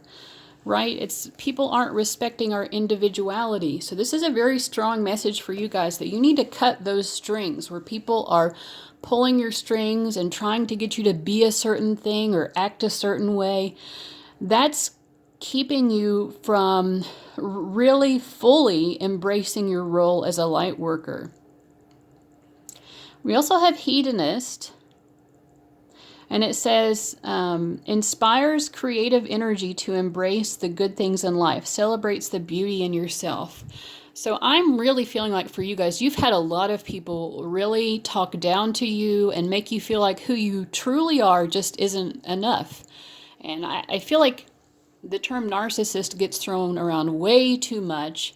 And we also, a lot of times we fail to recognize that people become narcissists. They develop personality disorders in general because they've experienced some significant woundings and a lot of times trauma themselves. Now that doesn't excuse their behavior, but it does help us to sort of forgive those people. Now you can forgive someone and still develop healthy boundaries and say, hey, I'm not going to just be your little puppet here just because it gratifies your ego for me to do that. I have to be my own person and live my own life. Because I think a lot of you have experienced that type of person before. You have forgotten how to celebrate the beauty in yourself. So I feel like you need to start seeing that more. We also have the connector, Venus. Again, this is all about celebrating beauty, and it says we are all one. So it's not just about celebrating beauty, it's about celebrating the beauty of individuality. We can all be very different. We have a woman here, a fox, and a lion, all very different, but still all one, all connected. So we all have to be really true to our true self, really live from our heart rather than living by these strings that are getting pulled. Now, I put this quote card over here next to the slave because it also says here, surrendering your power of choice to the divine with complete trust. And this says, the Lord is my strength and my defense. He has become my salvation. So I definitely don't expect that everyone watching this is Christian. I'm not Christian, but I do feel like we can find wisdom in a lot of different traditions. But like I said before, like however you view the divine, whoever you reach out to, your guides, your angels, however you want to think about it, God, goddess, it's like kind of just letting go of this fear, letting go of this fear-based mentality, which is also a way that our minds can become sort of enslaved in a way. We can become entrapped by our own minds and our own fears. So I think you guys, you have an ability to be fully trusting in the divine, and you're being asked to call upon that. You have an ability to be an individual and really fully embrace all of what that means. And some of you need to really, again, like just embrace that ability even further. Love yourself. Be kind to yourself. Make connections with other people as well. I see you guys as being people who, and you might think of yourselves as like loners or introverts, but I'm seeing here that you're much more likable and friendly than you realize. And you need to get out there and be interacting with people more. At the bottom row here, we have the Queen of Wands, the Eight of Swords, the Eight of Cups, and the Lovers. I feel like you guys, when you've tried to kind of like take on more of the lion, heart-centered, being true to yourself energy, like the fiery Queen of Wands personality, other people made you feel like you were walking on ice with them. Oh, you're not being the person who I told you or implied that you should be. Why are you trying to step outside of this box that I've put you in?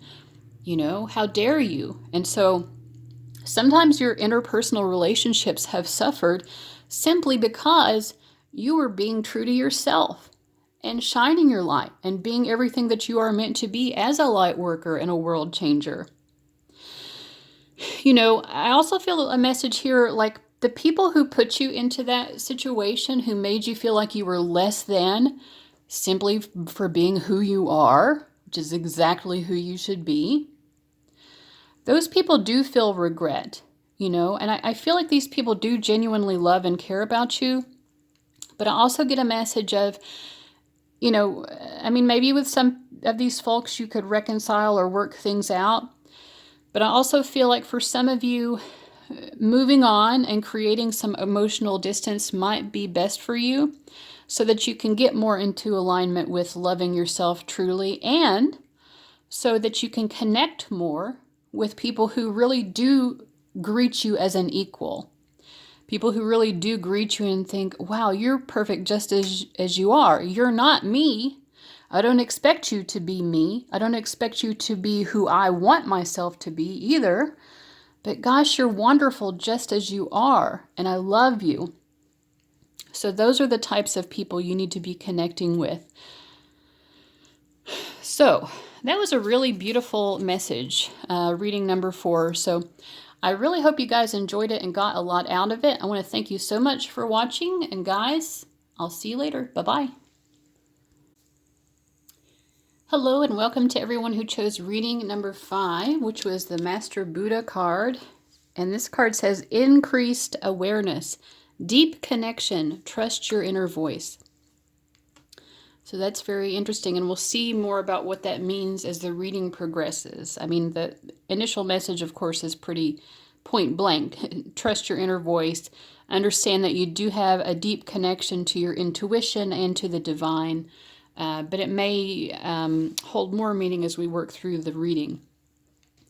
All right, so there are 3 parts to each of these readings. First, we're going to kind of get some messages and some guidance from Martin Luther King Jr. We're going to honor his wisdom that he has to share with us.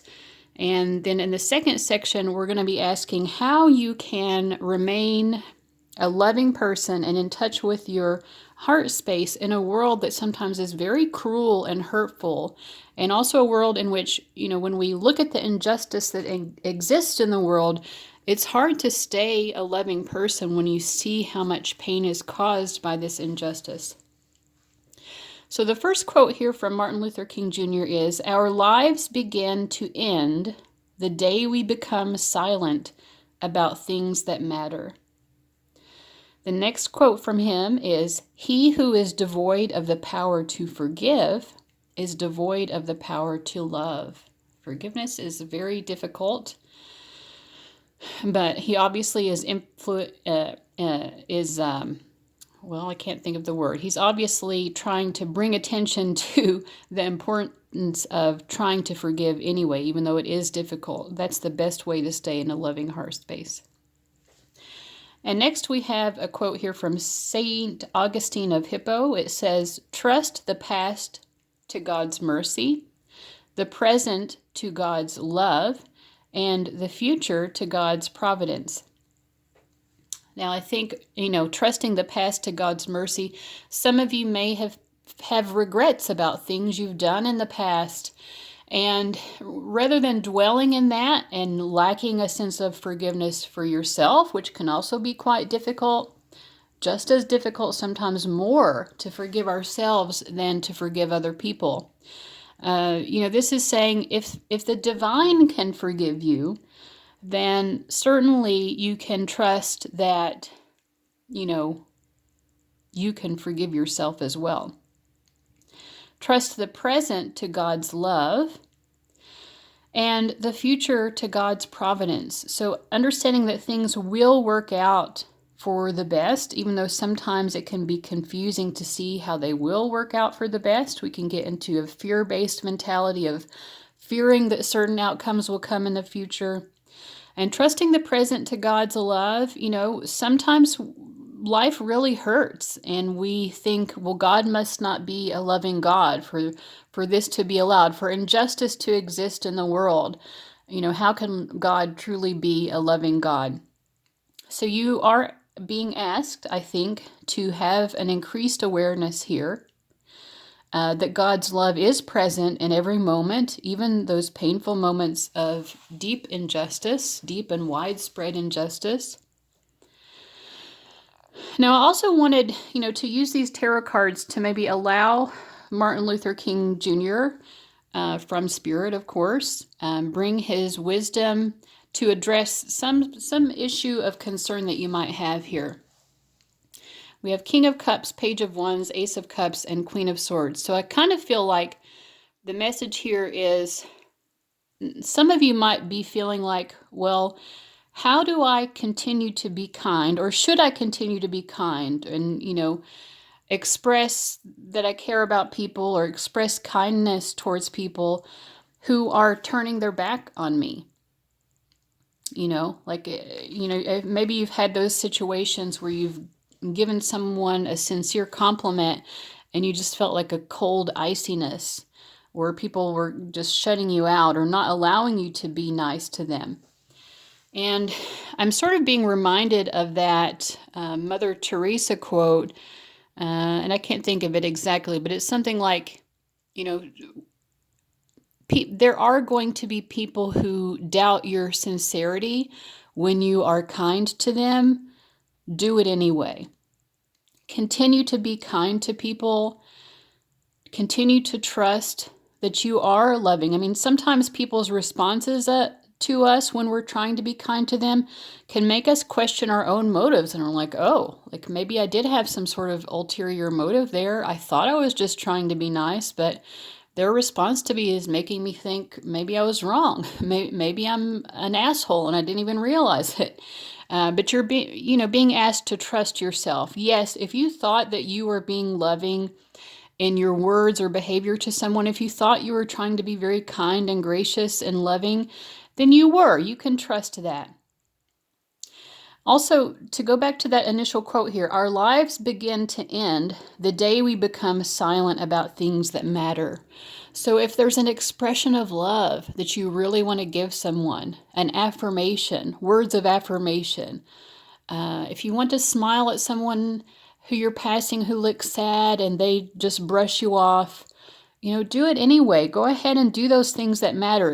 If you feel like it matters to say certain things, to uplift another human being and being loving towards them, but you're afraid of doing it because you're afraid that they'll be closed off to it, do it anyway. That matters to you. It matters to you to make sure that that person knows that they matter, that you care about them, that someone in the world cares about them. So don't hold back those loving words and actions. I mean, don't be a creep, but be a nice person. Don't be afraid of doing that. All right, so let me pull out the cards for the next portion of the reading for you guys who chose number 5. All right. So first we have the 9 of Swords, and this is from the Osho Zen deck, and it's called Sorrow in that deck. We also have the Emperor card, which is the Rebel, which is very interesting. It's not a normal way of interpreting the Emperor to call him a rebel. We have the 10 of Cups, the 2 of Cups, the Knight of Wands. We have Rhodochrosite, be gentle with yourself. You've been through a lot and need time to heal and recover. Balancing masculine and feminine energies, Ametrine. Allow your feminine side to creatively inspire you and your masculine side to give you confidence. We also have some really higher level energies coming through here. We have Serapis Bay, Ascension, move into your true self, rise above the darkness, the light is here. We have Mahavatar Babaji, I'm probably mispronouncing that, soul expansion. Your consciousness is expanding. You understand the connections between all things. So one of the first messages I'm getting for you guys is that you are very loving people. We have 10 of Cups and 2 of Cups. You're someone who takes action on that. You do try to express your love to people, but I feel like, maybe in the way you do it, you're trying to combine those masculine and feminine energies. The feminine energy is more nurturing and loving, but maybe in the way that you express this, it comes across as too assertive or something like that. And I feel like it's been hurtful to you because it feels like, well, I can't be my true self. I'm trying to be very loving, but I have trouble feeling like I can really be my true self here because it's not always very well received. It's causing me a lot of sorrow. It's causing me a lot of worry. I think a lot of you are probably empaths. When you notice that someone is frustrated or sad or upset in any way, you really take that personally and blame yourself. And all you were really trying to do is to be kind. Again, I'm getting the message, same message as before, like you need to continue to be that kind and loving person. Not everybody is going to understand that, but you are doing a great job of expressing that you genuinely care about other people, and you should continue with that. And also, of course, be gentle with yourself. Don't be so hard on yourself just because, you know, some people in the world have a difficult time accepting kindness. Have you ever met someone who just could not accept a compliment at all? Some people just feel so convinced that they're unlovable, that nobody could ever love them. And if you try to prove them wrong, it's almost like they get angry with you because they're so attached to this idea that they're unlovable, that they're undeserving of love and kindness, that when someone is kind to them, they really take it out on that person. How dare you go against this core belief I have about myself that I'm so attached to? But you can expand your awareness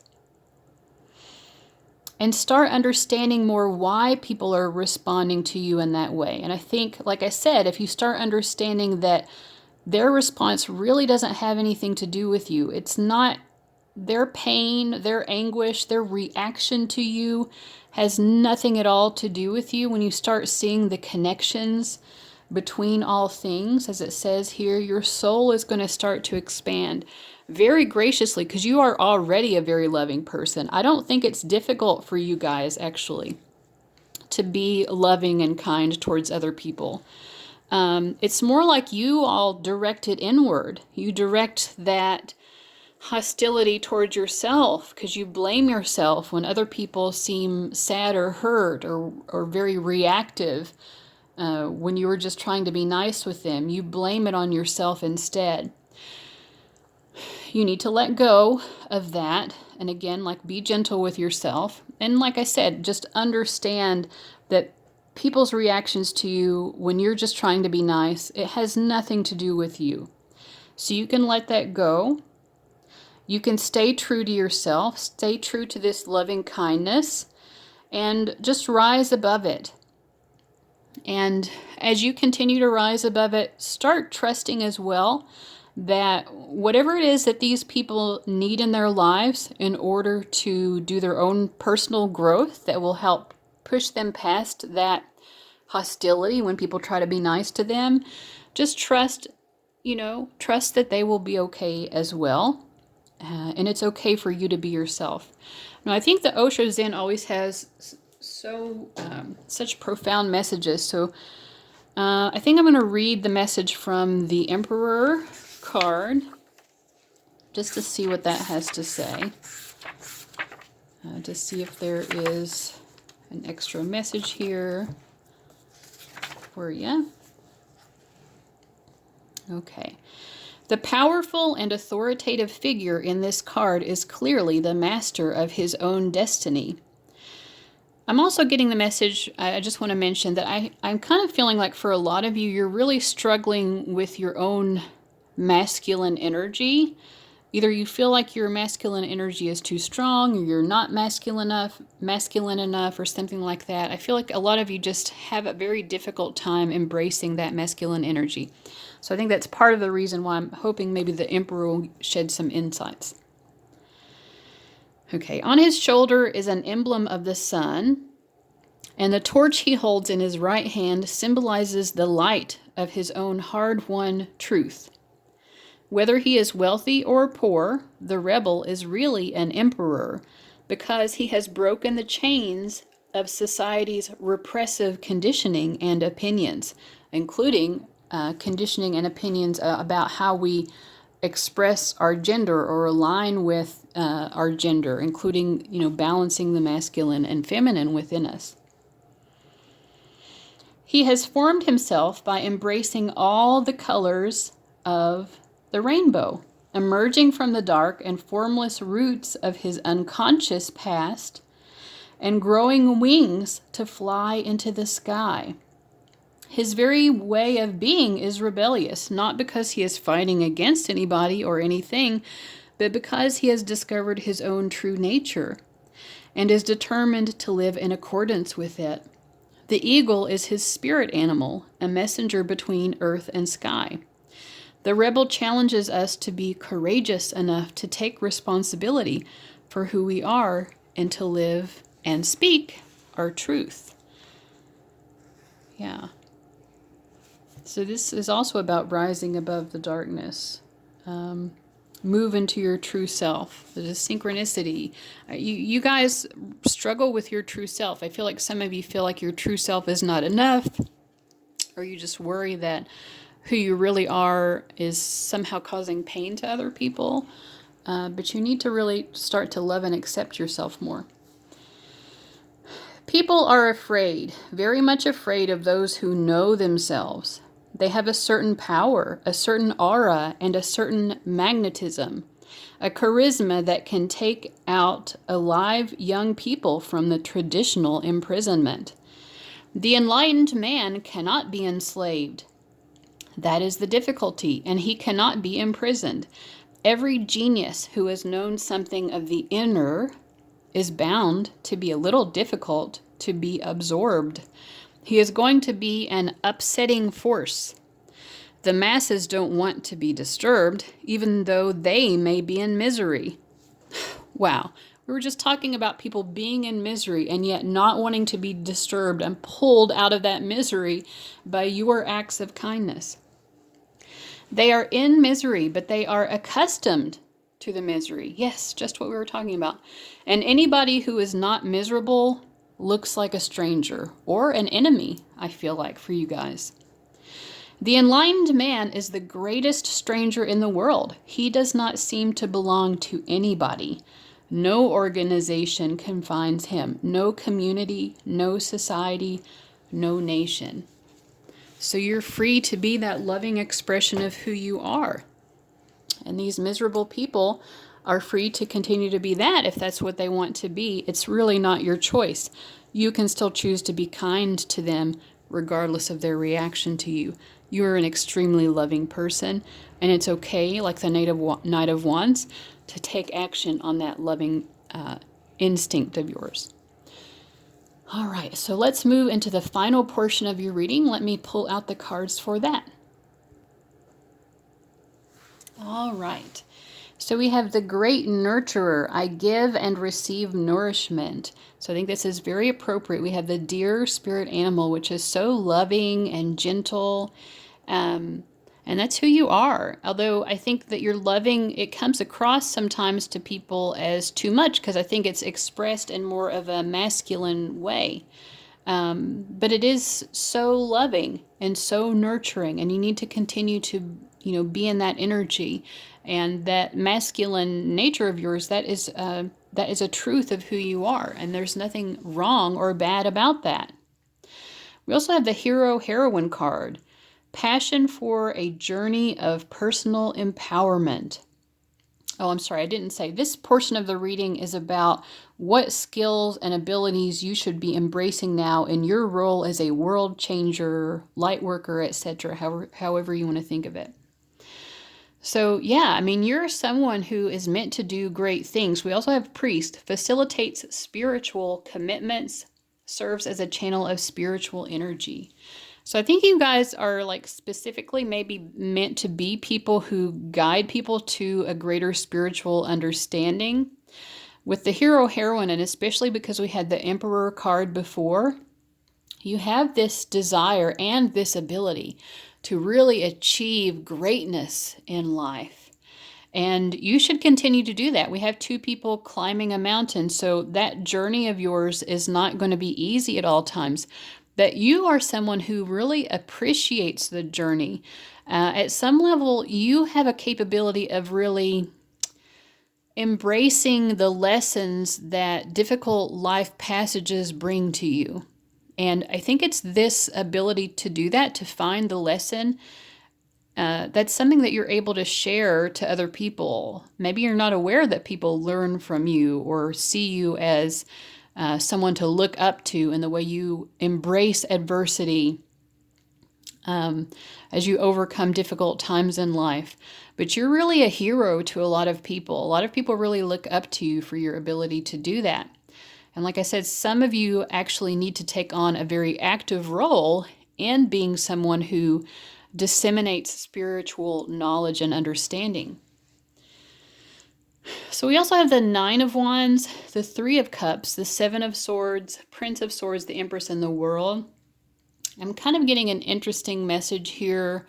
I feel like some of you have a difficult time in your romantic relationships because you've had some experiences where maybe your partner was deceitful to you in some way. They hid things from you. Some of you may have been even cheated on. And I think because of those experiences, it's hard to feel sort of like emotionally settled and okay when you're in a relationship because you're always kind of like waiting for the other shoe to drop.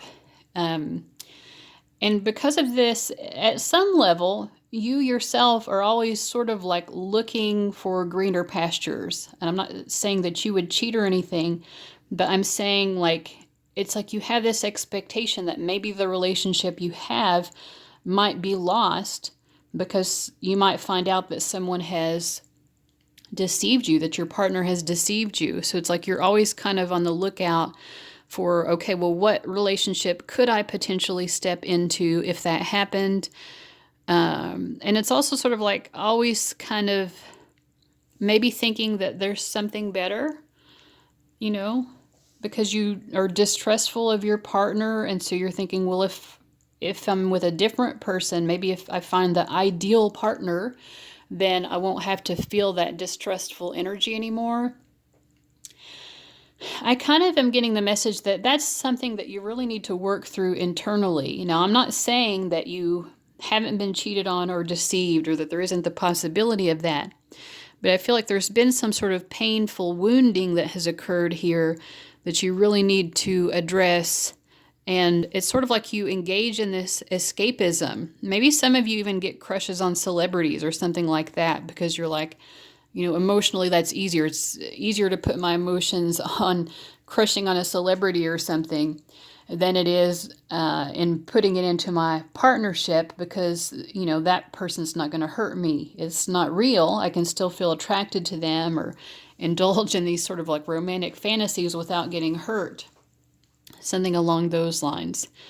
But, you know, it's sort of like emotionally you distance yourself from the truth of what the actual pain is. You're not dealing with the actual emotional wounds that you've experienced where people have been deceptive to you or have hurt you or you've had some sort of struggle, I feel like, in your romantic partnerships.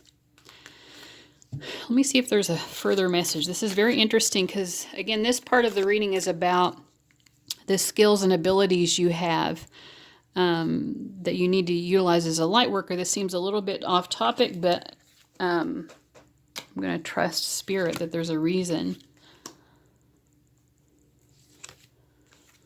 So I know that most of my viewers are female, and so probably still most of you viewing this reading are female, but for some reason I feel like I'm getting way more masculine energy, you know, maybe male viewers on this particular reading number 5 for some reason.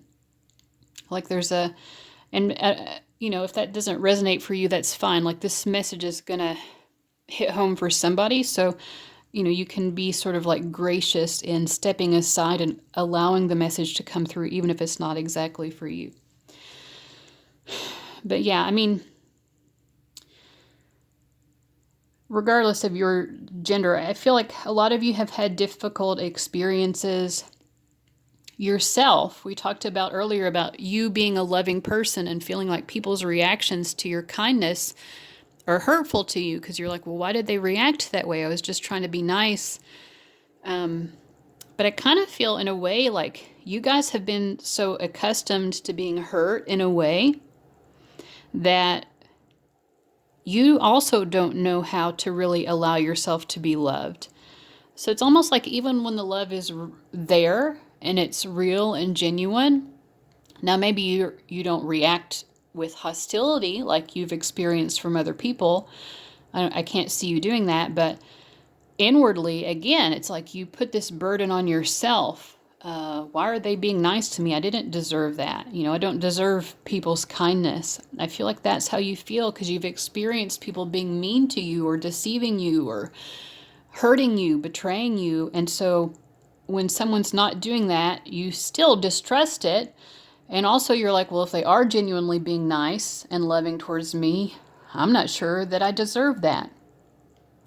I really feel for a lot of you, like it might be helpful for you to be single. Like if you are currently single, that might be something that will bring you a lot of peace and actually a lot of opportunities. Just spending time with your friends. And the reason I mentioned, masculine or male energies is because in this particular deck, the Four of Swords to me seems like a card of brotherhood, like specifically male bonding type energy.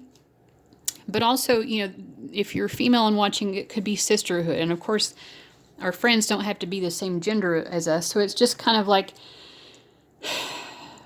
I feel like you could really benefit and experience a tremendous amount of healing and personal growth and release some of this pain and address some of these emotional wounds by bonding with people in friendship and not worrying so much about where your romantic relationship is going to go. Or if you're single, trying to get into a romantic relationship. I feel like this is not the time to try to create a romantic relationship for you. And if you're in one, I feel like, mostly you're going to benefit right now from your relationships with your friends, because there's just too much wounding regarding the romantic relationship area of your life. And you're not going to be able to heal those wounds by continuing to put so much of your focus on that relationship if you are in one. So I hope that makes sense. And so in relation to the question at hand, which is about, what skills and abilities can you draw upon that you need as a light worker, I feel like you are very nurturing, you're very loving, but you need to learn more how to love yourself and how to be receptive to love. You have an ability to do that, but you need to grow into that more. The more you're capable of really accepting love and accepting the right kind of love, the better you're going to be able to face the world as someone who is helping to make the world a better place. So that was a very interesting message. Like I said, it may not resonate exactly for everyone, and that's okay. Please try to be okay with that if that message didn't resonate for you personally, because there's someone out there who needed that. All right, so everyone who chose reading number 5, thank you so much for watching. I appreciate you, and I'll see you later. Bye-bye. All right, welcome to everybody who chose reading number 6. The card you chose was Isis, and her card says, Magic Manifesting. Your dreams, visions, and goals are becoming becoming reality. Stay focused. All right. So this reading is going to be in 3 parts. The first portion of this reading, which I have laid out here before you, is going to be kind of a message of guidance and wisdom from Martin Luther King. So we're starting out with some quotes from him. The first one says, life's most persistent... Sorry, I was having trouble speaking. Life's most persistent and urgent question, what are you doing for others? The next quote from him says, there is some good in the worst of us and some evil in the best of us. When we discover this, we are less prone to hate our enemies. All right. And then a biblical quote that we have here says, Let's not get tired of doing what is good. At just the right time, we will reap a harvest of blessing. So this is very interesting. Obviously, you are being encouraged to continue to do good things, and I'm kind of getting the energy that that's your natural state of being, because you do see the good in the worst of the people that you know. But also, I feel like I'm getting a very interesting message here from the tarot cards. So the tarot cards here are kind of meant to bring an additional message here about maybe some area of concern in your life. And I feel like you guys, you are always wanting to do for other people. You're also willing to take on other people's burdens for you sometimes. And at moments, maybe you would feel like you would be judged by not doing what's right, or not. You would be judged if you don't take on these burdens and responsibilities. So, for example, if you had maybe a family member who was ill or something, you would be worried that other people would judge you if you didn't do for that person. But I kind of feel like for you guys with the Devil card here, that you have at times sort of a codependent energy of like placing your value in how much of other people's burdens you are willing to take on. So you feel like you're not good enough or you're not worthy unless you're taking on other people's burdens. Now the danger here is that if you do too much for people, they're not able to do for themselves what they need to do for themselves. They become dependent upon you. And I'm kind of feeling like this is an area of life that needs to be healed. The Six of Swords to me is always a card about healing. And the Six in general is about interpersonal relationships. So there are some codependent dynamics with the way you interact with people and are maybe too willing to help them out. So what are you doing for others? For you guys, sometimes you're doing too much, and that actually isn't what's good for them. Okay. And I feel like sometimes also you might start to grow resentment if you can, or if you haven't already, you're going to, if you continue in this path of taking on too much of other people's burdens, you will grow resentment, and it's going to become hard to see the good in people. So yes, you don't want to get tired of doing what is good, because that is going to help you to reap some blessings. But like I said, doing too much for people is not necessarily always in their best interest. Therefore, it is not good or the right thing to do.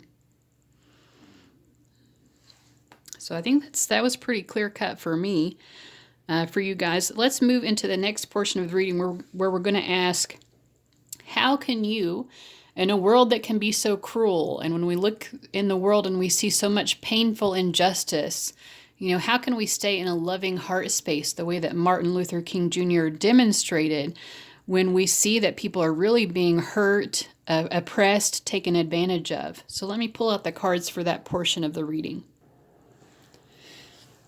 All right. So for you guys, we have the Four of Cups from the Osho Zen deck, which is called Turning In. And we have the Five of Wands, which is Totality in that deck.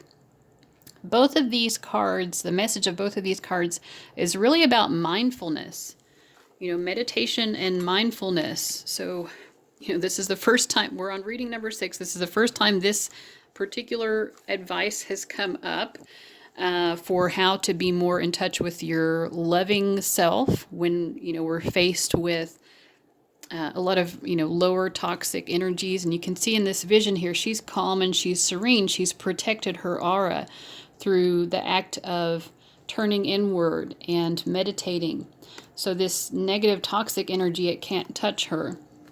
This is advice to meditate, and I don't know about you, but when I get like meditate and be mindful, I'm like, ugh, but genuinely, I know that when I do those sorts of things, that I do feel better. I do have an ability to be more kind and loving and compassionate and accepting of other people, accepting of my own life situations, even accepting of myself. This message of totality as well in the book, it talks about being in the moment, being mindful in the moment. What would happen if these trapeze artists were distracted and thinking about a zillion other things other than this very moment? They would suffer. Now, it's quite obvious why they would suffer, but all of us suffer if we are always distracting ourselves and never willing to really be in the moment, right? We also have the High Priest, we have the Sun, and we have the Two of Pentacles. I feel like you guys are very wise. You're someone who can sort of express spiritual truths or express your own spiritual knowledge and understanding in a way that is very warm and heart-centered. You naturally have that ability. You're very wise. The more you meditate and practice mindfulness as well, that wisdom is going to just continue and continue to grow. You have so much to share. You have a life purpose that is going to involve you being seen, needing to be like center stage. Like the sun is, all of the planets in our solar system revolve around the warmth of the sun. You as well have that energy of someone who has so much wisdom, so much insights. And maybe with the Two of Pentacles, you don't know how you're going to get there yet. You don't really trust that that's even in your future. But it is. And for some reason, I'm getting the message that mindfulness and meditation is going to be an important practice for you. I don't know, some of you are already resisting it, because I would be too if I was watching this reading. But that is going to assist you in your life purpose as a light worker and a world changer. We also have Easy Does It, Sapphire. Your health, happiness, and abundance require a gentle approach to life and work. And we have Larimar, Sensitive Emotions. Times of heightened emotions and sensitivity call for extra self-care and gentleness. So these are both about, they both even use the word gentle or gentleness. So be easy with yourself. I feel like sometimes you guys expect too much of yourselves. Definitely an energy of overextending yourself. The Two of Pentacles, when I was first learning tarot, one of the meanings, now it can mean a lot of different things. All of the cards can. But one of the things I've always remembered that I read about this card was that the Two of Pentacles is sort of like borrowing from Peter to pay Paul. So it's like sometimes you don't even have the time or energy or resources to really take care of yourself. But because you are such a kind and loving and self-sacrificing person, even though you don't have what you need for yourself, sometimes you'll give to other people instead. You are definitely being asked to take that oxygen mask, that proverbial oxygen mask, and put it on yourself first. You need to breathe. You need to take care of yourself. Be gentle with yourself. Take your time and your energy and your resources, and for a moment, for an extended period of time, really use that towards yourself. Okay? Take care of yourself. Now we also have Cernunnos, Life Force. Express your driving passion. Sensual and sexual powers are increased. So that's interesting. I mean, I guess, in terms of like how to stay in that loving heart space, you guys need to be accepting of your sexual nature. Maybe you need to be involved in sexual release. This is not a message that I expected to come up in this reading, but perhaps that's what it is saying here, and like sort of like embracing and being okay with the energy of that. We also have faith, humanity, and benevolence. Stay calm, trust the good in yourself and others, see the light in the world. And that is so similar to that initial quote we had from Martin Luther King. There is some good in the worst of us and some evil in the best of us. When we discover this, we are less prone to hate our enemies. And I think sometimes to hate ourselves, because, sometimes we can be very negative towards ourselves as well. So see the good in yourself, see the good in other people. I feel like this is coming up a second time as a reminder. You might even want to take this quote and, place it up somewhere where you can see it and be reminded of it often. All right, so let's go ahead and move into the last portion of the reading where we're going to be asking what skills, what talents, what abilities do you need to be utilizing in your light worker or world changer mission? All right. So we have the mother, we have Don Juan, which is interesting. And I kept Cernunnos up on the table because it sort of relates to that sort of passionate sexual energy that for some reason is coming through for you guys. We also have mother, which is interesting because, of course, Isis is a mother goddess.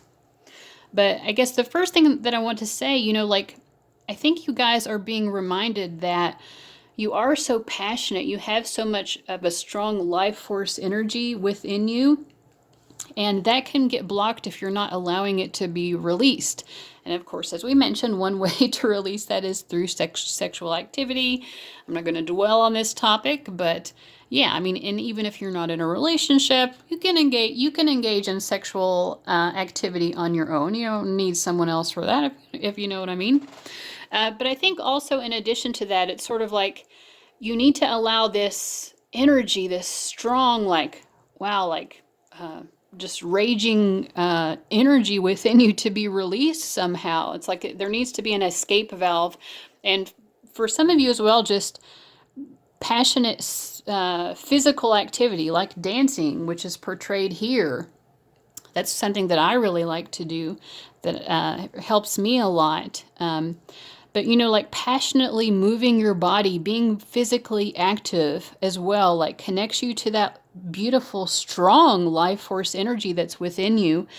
And it also allows you to release whatever needs to be released so that you can be calm afterwards. When you exercise and you just feel like that relaxed energy afterwards that I feel like we're kind of seeing here on the Five of Swords.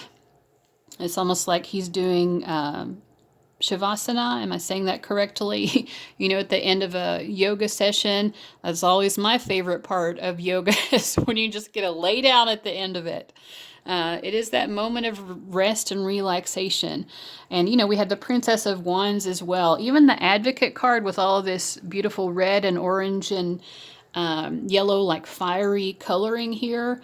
It's just telling me you have a very fiery personality. You have a strong life force, whether you recognize it or not.